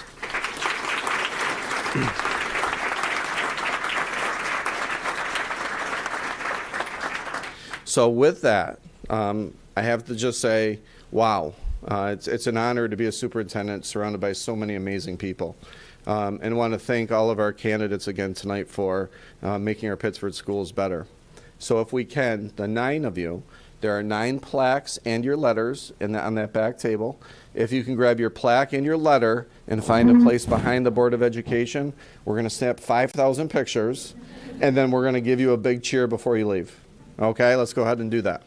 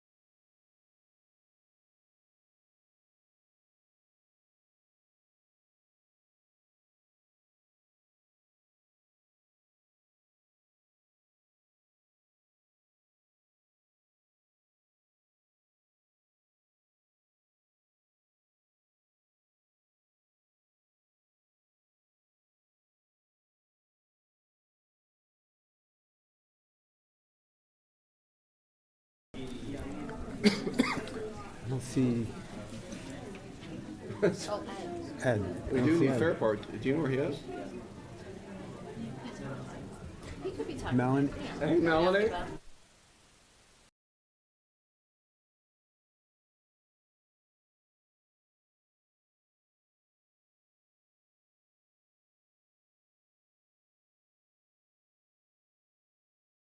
Hugging my student and taking pictures, so, good reason to be late. Hi, good All evening, right, everybody. we're going to resume the Board of Education meeting and welcome Principal Mr. Foote to give his principal report. All right, good evening. Sorry for the delay there. What a great event. Before I start, it is my first time with a presentation here, and I do want to thank everybody around this table specifically for hiring me. So I really appreciate that. It's been an amazing first half a year here, and I want to thank my staff and all of our families for just a wonderful start. You got to hear one piece, and Ms. Farrington's over there in the back. She did an excellent write-up. So I hope to highlight all those moments through the next hour and a half that I have with you all. I'm just going to focus our remarks. It's going to be brief tonight. I'm sure we'll get into more depth as the years go by, but I'm focusing our remarks around our mission statement. You heard a piece of that in the write-up, but TRE is focused on that teamwork, respect, and excellence for our students. I'm a big picture guy, so enjoy the show here. But I have never seen such a dedicated group of teachers, respectful parents dealing with the things that have come up, and the amount of partnerships. And so I hope to highlight that briefly tonight. So in terms of teamwork, I've seen this everywhere I've gone, every corner of this building. I guess it's new, but TRE has a lot of new staff members. I'm used to that, but that's a new thing for the building. We have new to us people who are doing phenomenal, and we have brand new teachers, like off of a student teaching placement, which is a little bit new, and they're doing phenomenal. The amount of support that our grade level chairs and our other colleagues who have been here has been so great to just embrace them and just show them the Thornell Road way. We are so excited at Thornell to have not new things, just things back. That's been a big message from our parents, from our staff. So a lot of what I'm showing you might not be new, but it is so solid, and we are so excited to be doing these things again all together. Our safety patrol is alive and well. They're in our hallways. One of our members here is a safety patrol member, so helping us out all over the place. Best Buddies, what a phenomenal program. As a former special education 1211 teacher, when I heard that program was thriving here, and we have over 50 members, and two basically first-year teachers stepped up to get that off the ground for us. And so just to see that involvement and the inclusivity once a month at our school has been just incredible to see that focus. Diving in a little bit, I haven't gotten too much as a new principal. The teachers are teaching me more than anything, right? They've been very patient with as I come along. I have been able to start to dip into the deep curriculum initiatives and the work, and I couldn't be more impressed with the level of conversation. Melanie Ward said that last week, and I couldn't agree more in meetings. And the amount of work into standards, upcoming, not even right now, future planning, partnerships with coaching models, and just the various things that the district offers, and how many of our Thornell Road staff take advantage of that. So it's been very impressive, and the work directly goes to kids. So that's why I'm highlighting a lot of staff, but you can see them and that teamwork and that partnership. You can look at that picture and see that those brains are firing, right? They're diving deep, and it's been really, really cool to see. Our partnerships have been one of the strongest partnerships I've seen it as an elementary school. Our PTSA is alive and thriving. They put on a fall fest to kick us off, and we had hundreds of people and mostly new families join us, and that was just the best way to welcome them to our school community. I got so many positive comments about that night, just right off the back of the school. Really casual, and it was just, for me, it was wonderful because I got to meet so many people, and the connections that were made instantly, especially for our new families, was phenomenal. They put on a Winterfest night just last Friday. Thankful that it wasn't closed due to the weather. We had a couple hundred people and all around the school inside doing the same thing, and I got so many nice emails and calls. And that's thanks to Colleen Emmons, our PTSA president, Lance Rieger, our co-chair, and all the members of our PTSA. They've just been phenomenal so far, and I've been really appreciative of that parent support. We do dictionaries, I learned, and so I learned this at the Fairport graduation, sitting next to Harold McAuliffe. Out of all of Blue Cross Arena, he's sitting next to me. Hey, what do you do for work? Oh, I'm an educator. What do you do? Oh, where do you work? Pittsford. Oh, we coordinate the dictionary program, small world. So I got to meet Harold, and we ended up giving out dictionaries thanks to Rotary. And our IDP, our developmental program, was integral in their vocational work to get us organized. They sorted all of those dictionaries that were delivered to all the elementary schools over a period of a couple weeks. So just a phenomenal vocational connection. Megan Hurley, one of our speech and language providers, coordinates that, and that was just fantastic partnership there. Respect, it's a big thing. We talk about it a lot every single day, little ones, and I'm seeing that demonstrated everywhere in a variety of ways. The amount of respect we show our veterans is a cornerstone of Thornell. The American Legion, I was able to visit and have breakfast there in the summer and get to know, and then they've showed up for our events, and we're able to send our students there now again.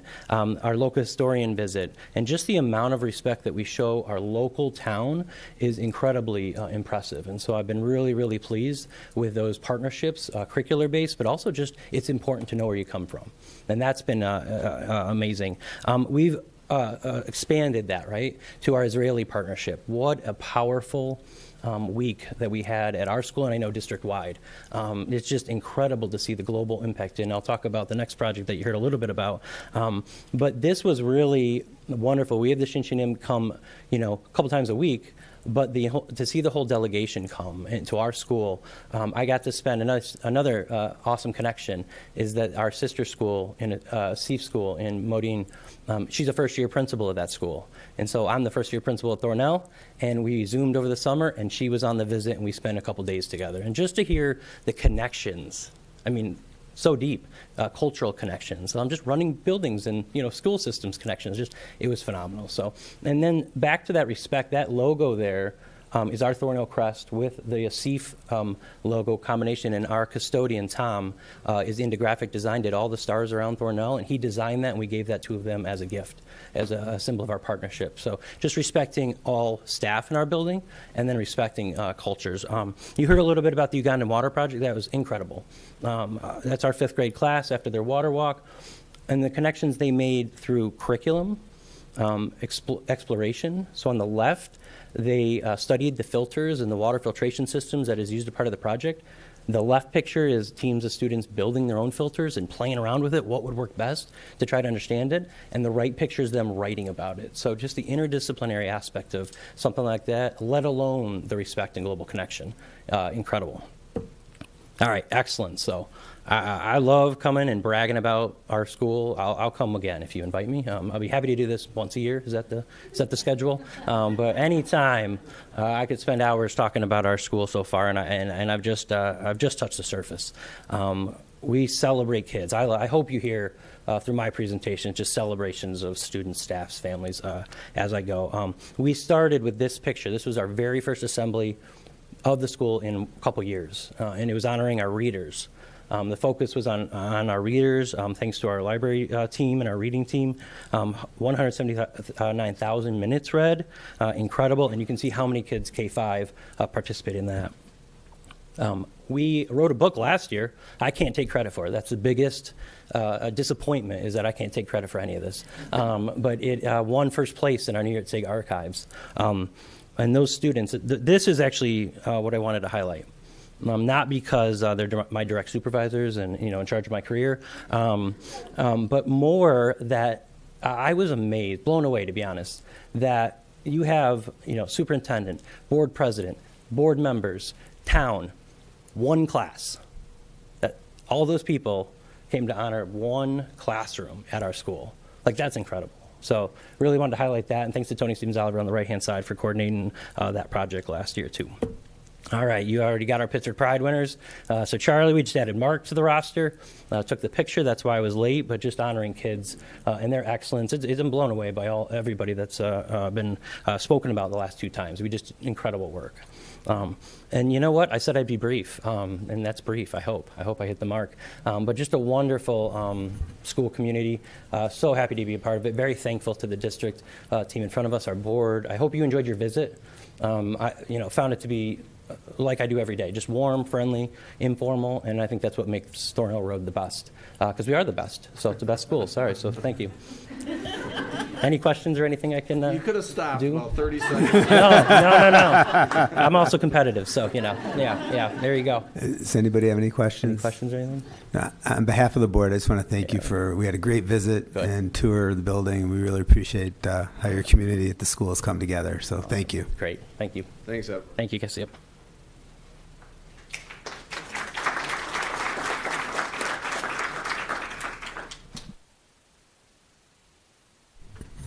Okay, can I get an approval of the meeting from January 10th minutes? Thanks, Sarah. Thanks, Renee. Any edits? And a motion for approval? All in favor? Any against? That motion carries. And can I also get a motion for the special meeting on January 17th? Thank you, Jeff. Thank you, Robin. Any edits? All those in favor? Any against? That motion carries as well. Moving on to Board of Education reports. The dates are there for your viewing, and I'd just like to myself comment. This past weekend, the whole board attended legislative breakfast. Many of the legislators from around the county, and in fact, even Congressman Joe Morelli was there. And the thing I'd like to point out is our very own Sarah Peluzio, who co-chairs the Monroe County School Board's legislative committee, put that event together. And it goes to show, people often ask, what do you do on the school board? We do a lot within the school, but we're also very involved countywide. And, hats off to Sarah and all the effort she put into a very successful countywide event. So thank you, Sarah.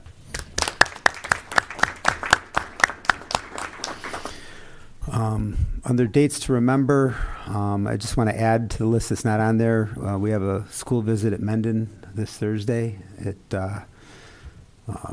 Click down to that. It's 7 o'clock visit with 7:30 tour. So I see a hands. Who's going to be there? Great. Everyone will be there. Perfect. Also, from 2:20 to 2:24, I'm sure everybody will be happy to hear that's President's Week recess. And on 2/28 will be our next regularly scheduled meeting. With that, we will move on to the financial report. Mr. Vespi. For your consideration tonight is the acceptance of the December Treasurers Report. Notable items I previously mentioned. We continue to excel in interest earnings because of rising interest rates. In county sales tax. Excellent summary provided by Holly Evans and Leanne Reister, who put these reports together. We continue to receive some state aid in terms of excess cost and lottery grant aid. And again, our food service program continues to stay on target in terms of participation, so that's very positive news. Great, thank you. Can I get a motion on the treasurer's report? Thank you, Jeff. Thank you, Dave. Any questions? All in favor? Any opposed? That motion carries. Okay, next for your consideration is the extra classroom activities report, and nothing of significance to report at this time. Okay, can I have a motion on the extra classroom report? Second. Thank you, Robin. Thank you, Emily. Any questions on that? All those in favor? Any opposed? That motion carries. Okay, next for your consideration is the acceptance of the non-resident tuition rates. These rates are set after we get information in regarding the state aid forms, and the factors go into the rates, and they're set on an annual basis. Can I get a motion on the non-resident tuition rates, please? Thank you, Sarah. Thank you, Emily. Any discussion? All those in favor? Any opposed? That motion carries. Okay, again, next for your consideration, this kind of goes for items 4 and 5, although we do need to vote on each of those items separately. But this goes back to the state's requirement to have a more specific date with regard to taking action on a corrective action plan. So we've already done one of these previously. These are 2 additional revisions where we'll submit the report in the portal. It takes a little bit of time to get audited, and then it kicks back to us to say, we want a specific date for the corrective action, and then that needs to go back to the Board of Education for approval. So these are items that you've already reviewed, they've been audited, they've been reported to you. This is more of a procedural item, and we hope to avoid these in the future by just overdoing it in terms of specific dates with these types of reports. Okay, can I get a motion on the revised internal audit corrective action plan? Thank you, Jeff. Thank you, Renee. Any questions? All those in favor? Anybody opposed? That carries.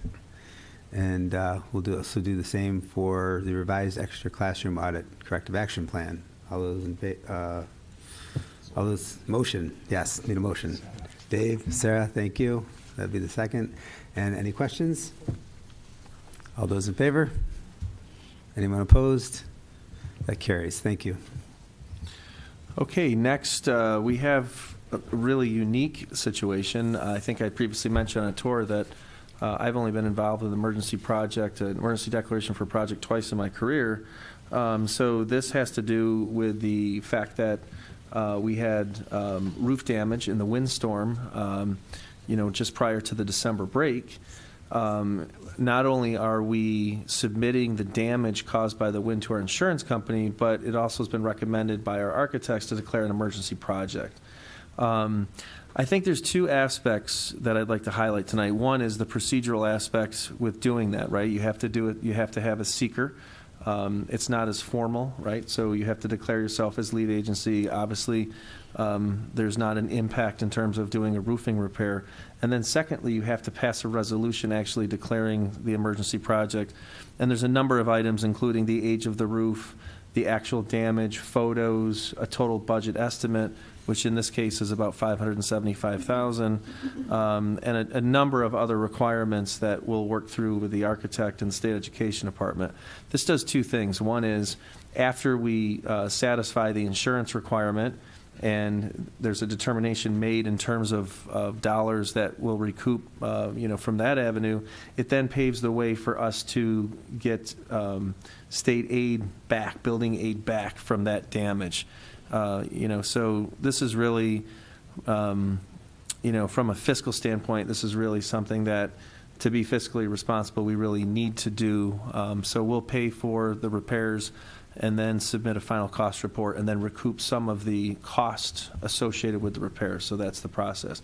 So that's the first aspect. The second aspect is this highlights the need to have a long-range plan in terms of capital project planning. This is an 18-year roof.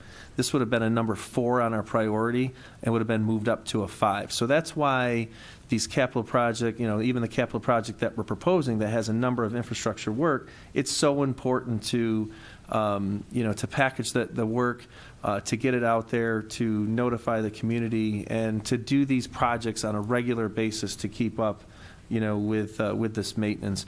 And again, while this was something that we couldn't have, predicted, this would have been probably, like I said, a 4 and scheduled for the next capital project, because even though it made it 18 years, you might get 22 years. It's the planning part of it that's really important. And this, I think, really highlights the need for us to continue to look at our facilities, evaluate the $300 million that we've identified in the building condition survey, and really plan this work on a regular basis. Okay. Can I get a motion to approve the seeker for emergency project? In a second. Thanks, Jeff. I'm going to be doing a roll call vote for this, and so I'll call your name, and then I need a yes or a no. Myself, yes. Robin Scott? Yes. David Burke? Yes. Jeff Casey? Yes. Emily Kay? Yes. Sarah Peluzio? Yes. And Renee Sanchez-Kazakis? Yes. The motion carries.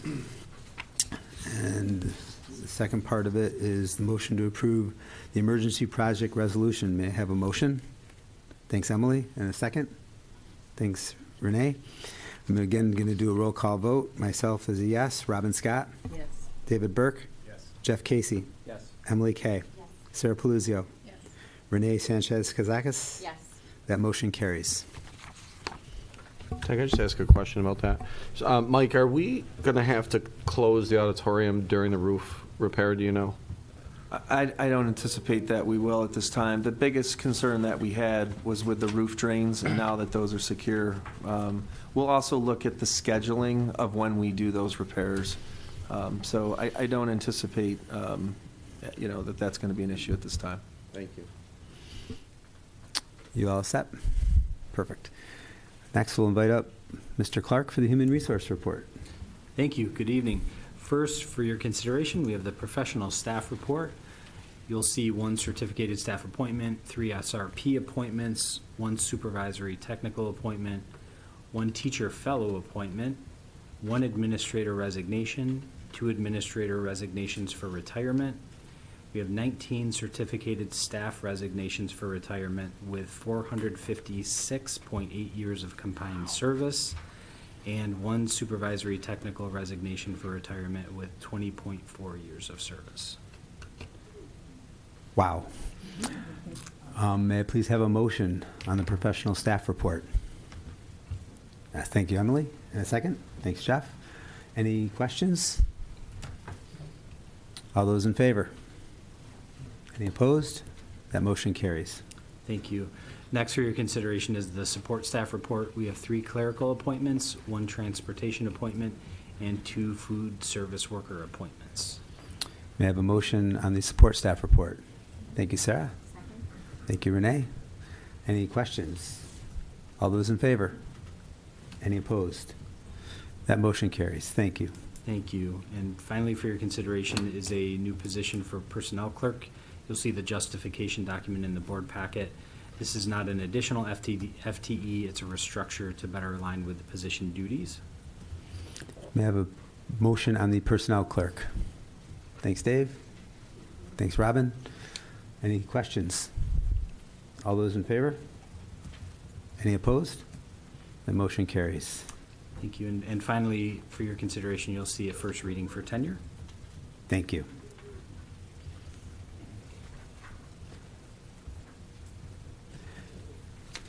Ms. Woods, for the special education report, please. Good evening. We have recommendations from the Committee on Special Education and the Committee on Preschool Special Education on the consent agenda. Thank you very much. Next up, Mr. Pirro and the superintendent's report. Thank you. There is not a need for an executive session this evening. Just a couple things of note. Prior to the board meeting, we had several students from robotics that wanted to follow up and talk to the board about including robotics into the budget this year. They did not sign up for public comment, and so after talking with the group, they thought it would be even better if they came back right before their next robotics event and bring the robot in here to give a little presentation about robotics and then ask you for support in the budget. So they were great. I also received a handout that I shared with them that I would pass along to the Board of Education. Clever. This weekend we've had a bus driver shortage for a while now, and recently we have been on the mend. We have been canceling a lot less buses. Many mornings now I see no cancellations. Many afternoons I see no cancellations. You may have heard us advertise on the radio. I want to thank our communications department for that. Our HR communications, our data team, our assistant superintendent for business have really worked hard on campaigning for more bus drivers this Saturday. If you recall, it was probably about -20, and we had 18 people signed up, and we didn't think there was a chance anyone would show, and almost everyone showed. For the recruitment, we had people file an application right there on the spot, so I'm hopeful that our fleet is growing and that we can continue to make our transportation department full or whole. The other people I would just like to recognize are our bus drivers and other mechanics that attended that day, and were able to show prospective candidates or applicants what it's like to be a bus driver in Pittsford. And the feeling was, well, it was freezing, but the other feeling was really kind of warm and fuzzy, where they had an opportunity to really get a sense of how closely knit that transportation department is. So thank you, everyone, for all of your work that's been ongoing to secure bus drivers. The last thing I have is related to pools and athletic reserves. As Mike alluded to, we have $300 million of needs for the district that obviously you can't ask the community to pass $300 million. What we've been doing is saving, paying off our debt, and taking about a quarter or a little bit more of the $300 million, bringing it to the public for vote, knowing that $69 million will come off of that $300 million, and it will not increase our capital levy. So that's just really solid financial planning. Having said that, we also have to have an eye to the future. We do know within the remaining amount of needs is a pool. And our estimate for a pool prior to financing is about $30 million. And that is for an 8-lane pool, no bells and whistles. After financing, we're probably looking at closer to $55 million. So it's expensive. So we need to have a plan for that. So there's a couple different ways we can go regarding this. One is to set up a pool reserve, which means that every year as we put money into different reserves, so we have been funding our buses through reserves. So we put money into our bus reserve every year. We would allocate an up to amount for a pools and or athletics reserve. And the amount of up to that I would request would be $40 million. There's two trains of thought around this. One is we know that we're going to need a pool. On Friday we had an engineer again inspect the pool, and I do have the report in my inbox. I think I just sent it to you, and I have not read the whole thing. But I did read the last part, which says that the shell and the integrity of the pool is good for a minimum of 10 more years. So moving forward, we have time to put money aside and to collaborate with our pool stakeholders on everything from timing to location to quantity. And so there's a huge benefit to having a pool reserve. The benefit of adding athletics to that reserve is simply that it would also open up the money to allow us to use it for other needs that we may not be, that are not forecasted at this time for athletics. Given that our pools need to be a priority moving forward, my recommendation at this time would be to bring you back the language from our attorney around a establishment of a reserve, and then ask for you to vote on that. And my recommendation would actually be to limit it to a pool. So I'd like to open that up for discussion at this point. And just to clarify, Mike, even after we vote on it, then the vote will go to the public in May to approve the creation of the capital reserve. Correct. So we would vote. The Board of Education has the authority to establish the reserve. Once the board approves to establish it, then the language of the reserve would go to the voters in May. As you vote on the school budget this year, you'll vote on a bus reserve, allowing us to continue to take money out and buy different buses, electric buses, etc. And similarly, you would be allowing us to establish, if the voters voted yes, to establish this reserve. And then we would fund that annually. Anybody have other comments? Are there any concerns from the board of earmarking the reserve strictly for a pool versus pool and athletics? I guess the question is ultimately in how it's written, but it sounds like if we establish it for the pool that way, then we would only be able to use the funds in the future for that. We would have mandated ourselves and tied our hands from using it for any other purposes. Is that right? It is, but we also have to recognize that we still have a capital reserve account that we can draw money from as well. I think the only comment that I'd like to make is just in working with the board and through different meetings that Mr. Perro and myself have had with different stakeholders, you know, the pools within our district represent the community, and with us being down to 2 pools now and one that we know has kind of a timeline on it, it's important that we do plan for our future. And if and the board has agreed that we want to remain a 2-pool district, we have to plan for that future. So I think that setting up a reserve is the right step toward that future. So I fully support it. Any other questions or comments? So between now and our next meeting, we will get language to bring to the Board of Education that you'll have a chance to review, and we will bring pool reserve to the community for vote in May. Thank you, everyone. That's all I have, Ted. Thank you. With that, can I get a motion on the consent agenda? Thanks, Emily. Thanks, Sarah. Any questions? All those in favor? Any opposed? That motion carries. Anybody have any old business? Anybody have any new business? Okay. That brings us to public comment, and we did have some submissions.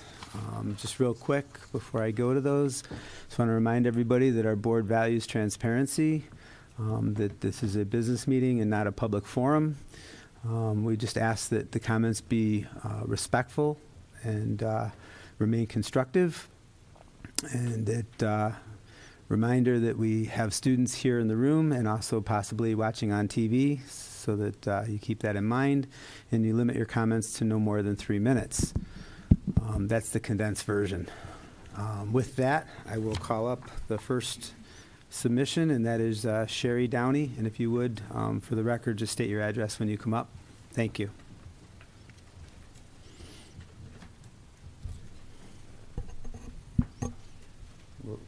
If you could come up to this microphone, sorry about that.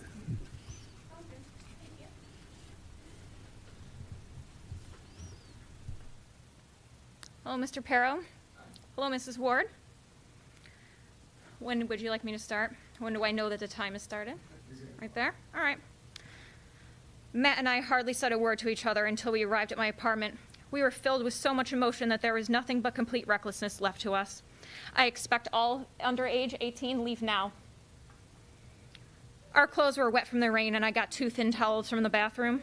I handed one to Matt, but instead of drying himself, he took it and wiped it gently over my face. I stood there motionless while he lifted my hair and just dried the base of my neck with a towel. He unzipped my jacket and pushed it off my shoulders. It fell to the floor. His lips were all I could look at, and I abruptly disengaged myself and started walking towards the kitchen. I better find another towel, I said, knowing we didn't have any other towels. But he caught me by the sleeve, and his hands were pulling me back. I closed my eyes. I felt his arms go around me, and before I knew it, his hands were under my shirt, stroking and tantalizing. He kissed me, and I stopped breathing. He was filled with need. He seemed unable to control himself. Please, I whispered, wait.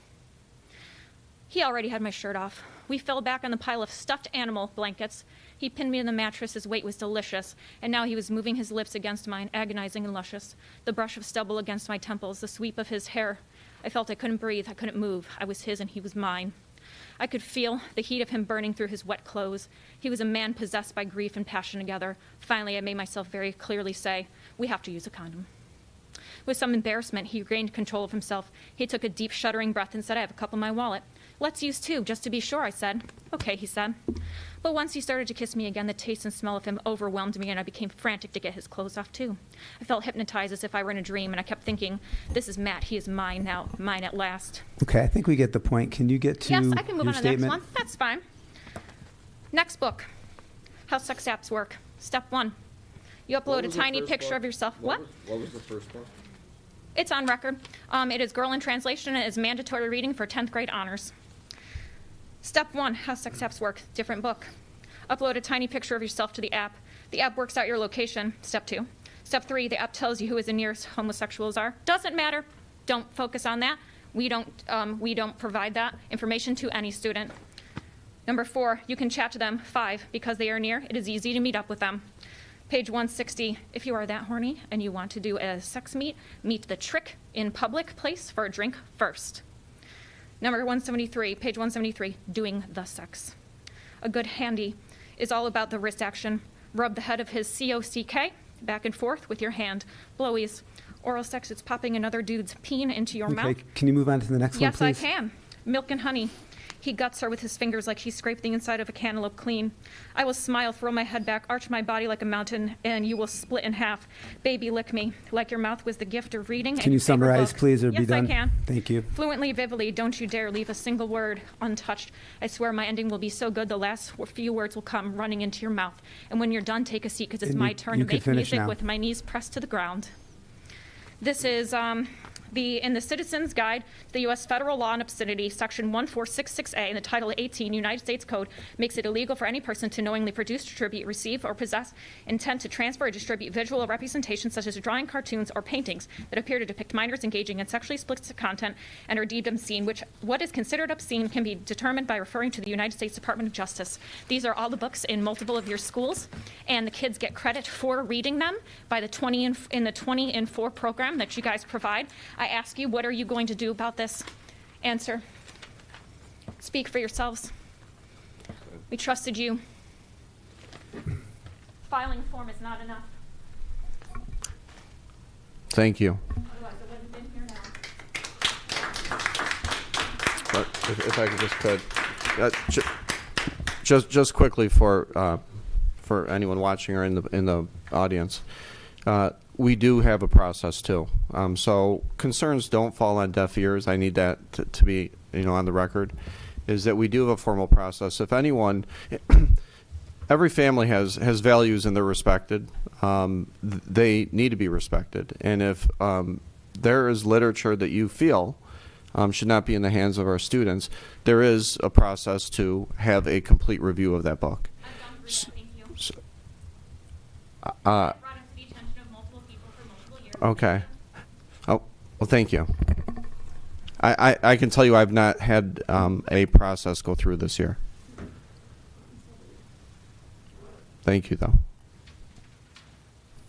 Okay, next up is Laura Wolitsky. Sorry about that. Again, if you would state your address for the record. Laura Wolitsky, 17 Bromley Road, Pittsford. I am Laura Wolitsky Caruso. I am the president of Mendon Fame, the parent-run music booster club. We would like to recommend that the Pittsford Central School District include a new permanent restricted line item to the annual budget totaling a minimum of $2,500 up to $5,000. Each year, music students from Mendon and Sutherland have been invited to participate in NYSSMA's Area All-State Festival. This is a huge honor and something the district should be very proud of. It means our students are considered the best of our area's high school musicians. What you may not know is that parents are required to pay approximately $550 out of their own pockets for their children to participate. This covers accommodations, meals, workshops, and ensemble practices, culminating in an amazing concert at the Eastman Theater. Last year, Mendon Fame polled 19 school districts and learned that Pittsford is the only district that does not cover any of the cost. Most schools pay the full amount, a few pay 50%. For the past couple of years, Mendon Fame has provided $220 scholarships to the Mendon students selected for this honor, $110 for the registration fee, plus $100 towards the additional expenses. The number of Pittsford Central School District students invited to Area All-State each year varies. The minimum request of $2,500 would cover $250 per student, approximately 50% for up to 10 students.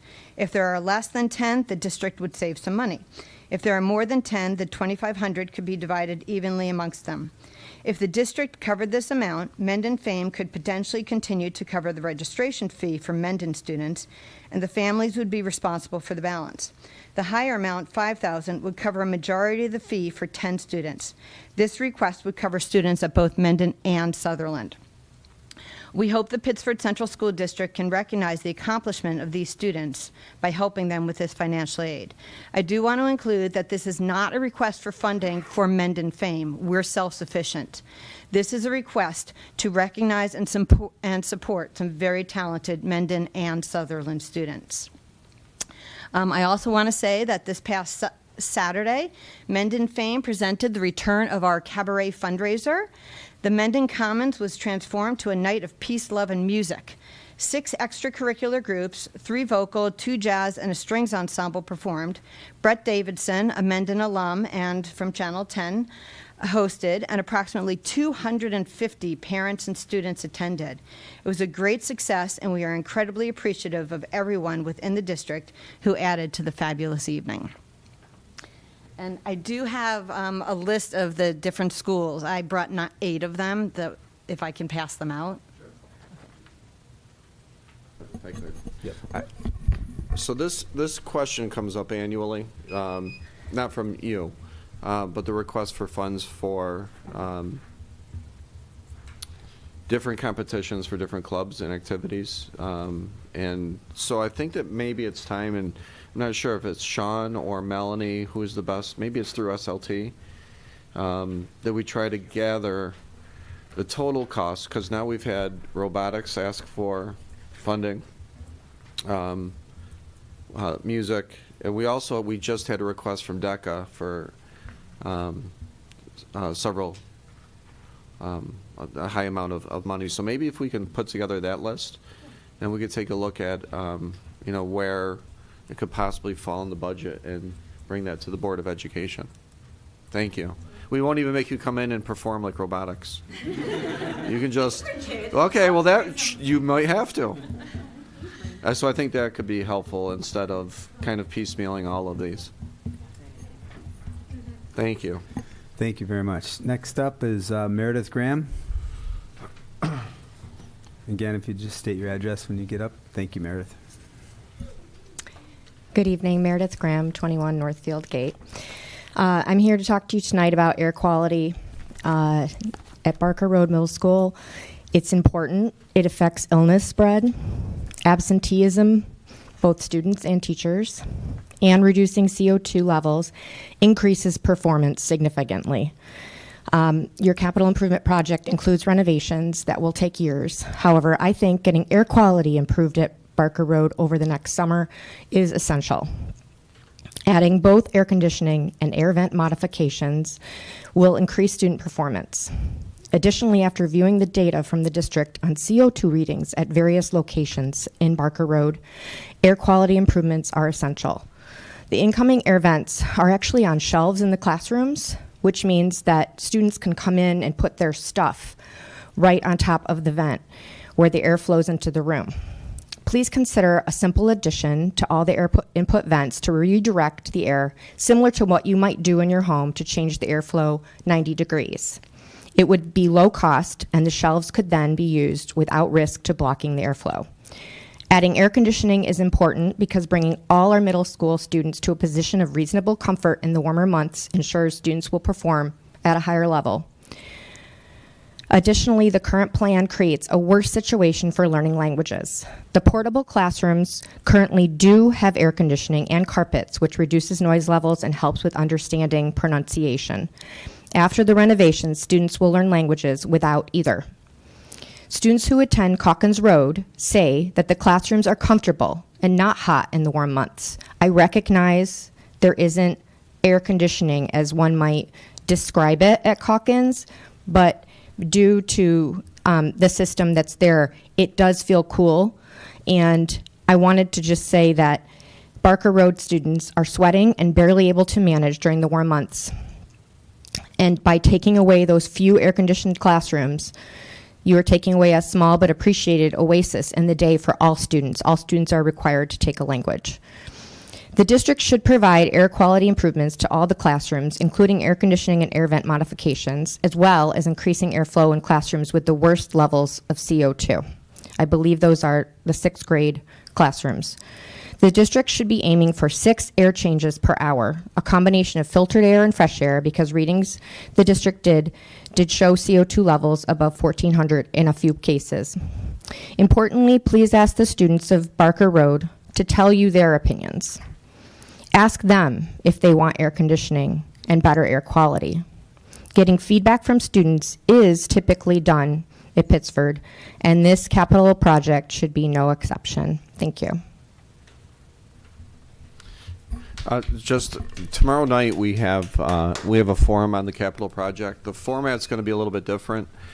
Our last forum was about, we went over on our presentation, so we presented for about 45 minutes, and then there was about 40 minutes of questions around the pools.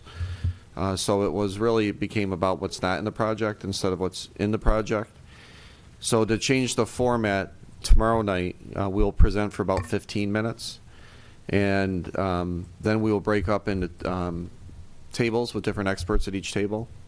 So one of the tables will be the construction managers, will be the architects, will be the principals, it will be the finance, etc. So Meredith, I think what would be really important too for you is to ask those direct questions to the architects, construction managers, bring those readings. I know that there were, the person that does our HVAC has a student in the district. He's been amazing. He has a very good reason to make sure air quality is the best it can be, and there was a lot of mitigation that also took place. But I think that your feedback's important, and I think your questions need to be answered. So I think tomorrow night, if you're going to be there, you'll have ample opportunity to go up to a table and directly talk about air quality as well. And so, I think lastly around this project, so we have the $69 million tag without increasing the capital levy at all. It's relatively conceptual, where we can't make major changes, but we can make different types of changes. So everyone's voice is important. I'm not going to ask students. It's like asking students if you like candy, or some of them. They're going to want air conditioning. Sutherland High School needs air conditioning. Mendon High School needs air conditioning. Et cetera, et cetera. One of our realities, and I think I've shared this with you before, is that our budget has more than doubled as it relates to utilities this year alone. So we will do our best to consider your thoughts and certainly air quality. Thanks. And thanks for coming again. Okay. If I could get a motion for adjournment. So moved. Thank you, Robin. Thanks, Emily. Any questions? All those in favor? Any opposed? Our next meeting is February 28th, with a work session at 6 and a regular meeting at 7. Good night, everybody. Thanks, Thank you. everyone.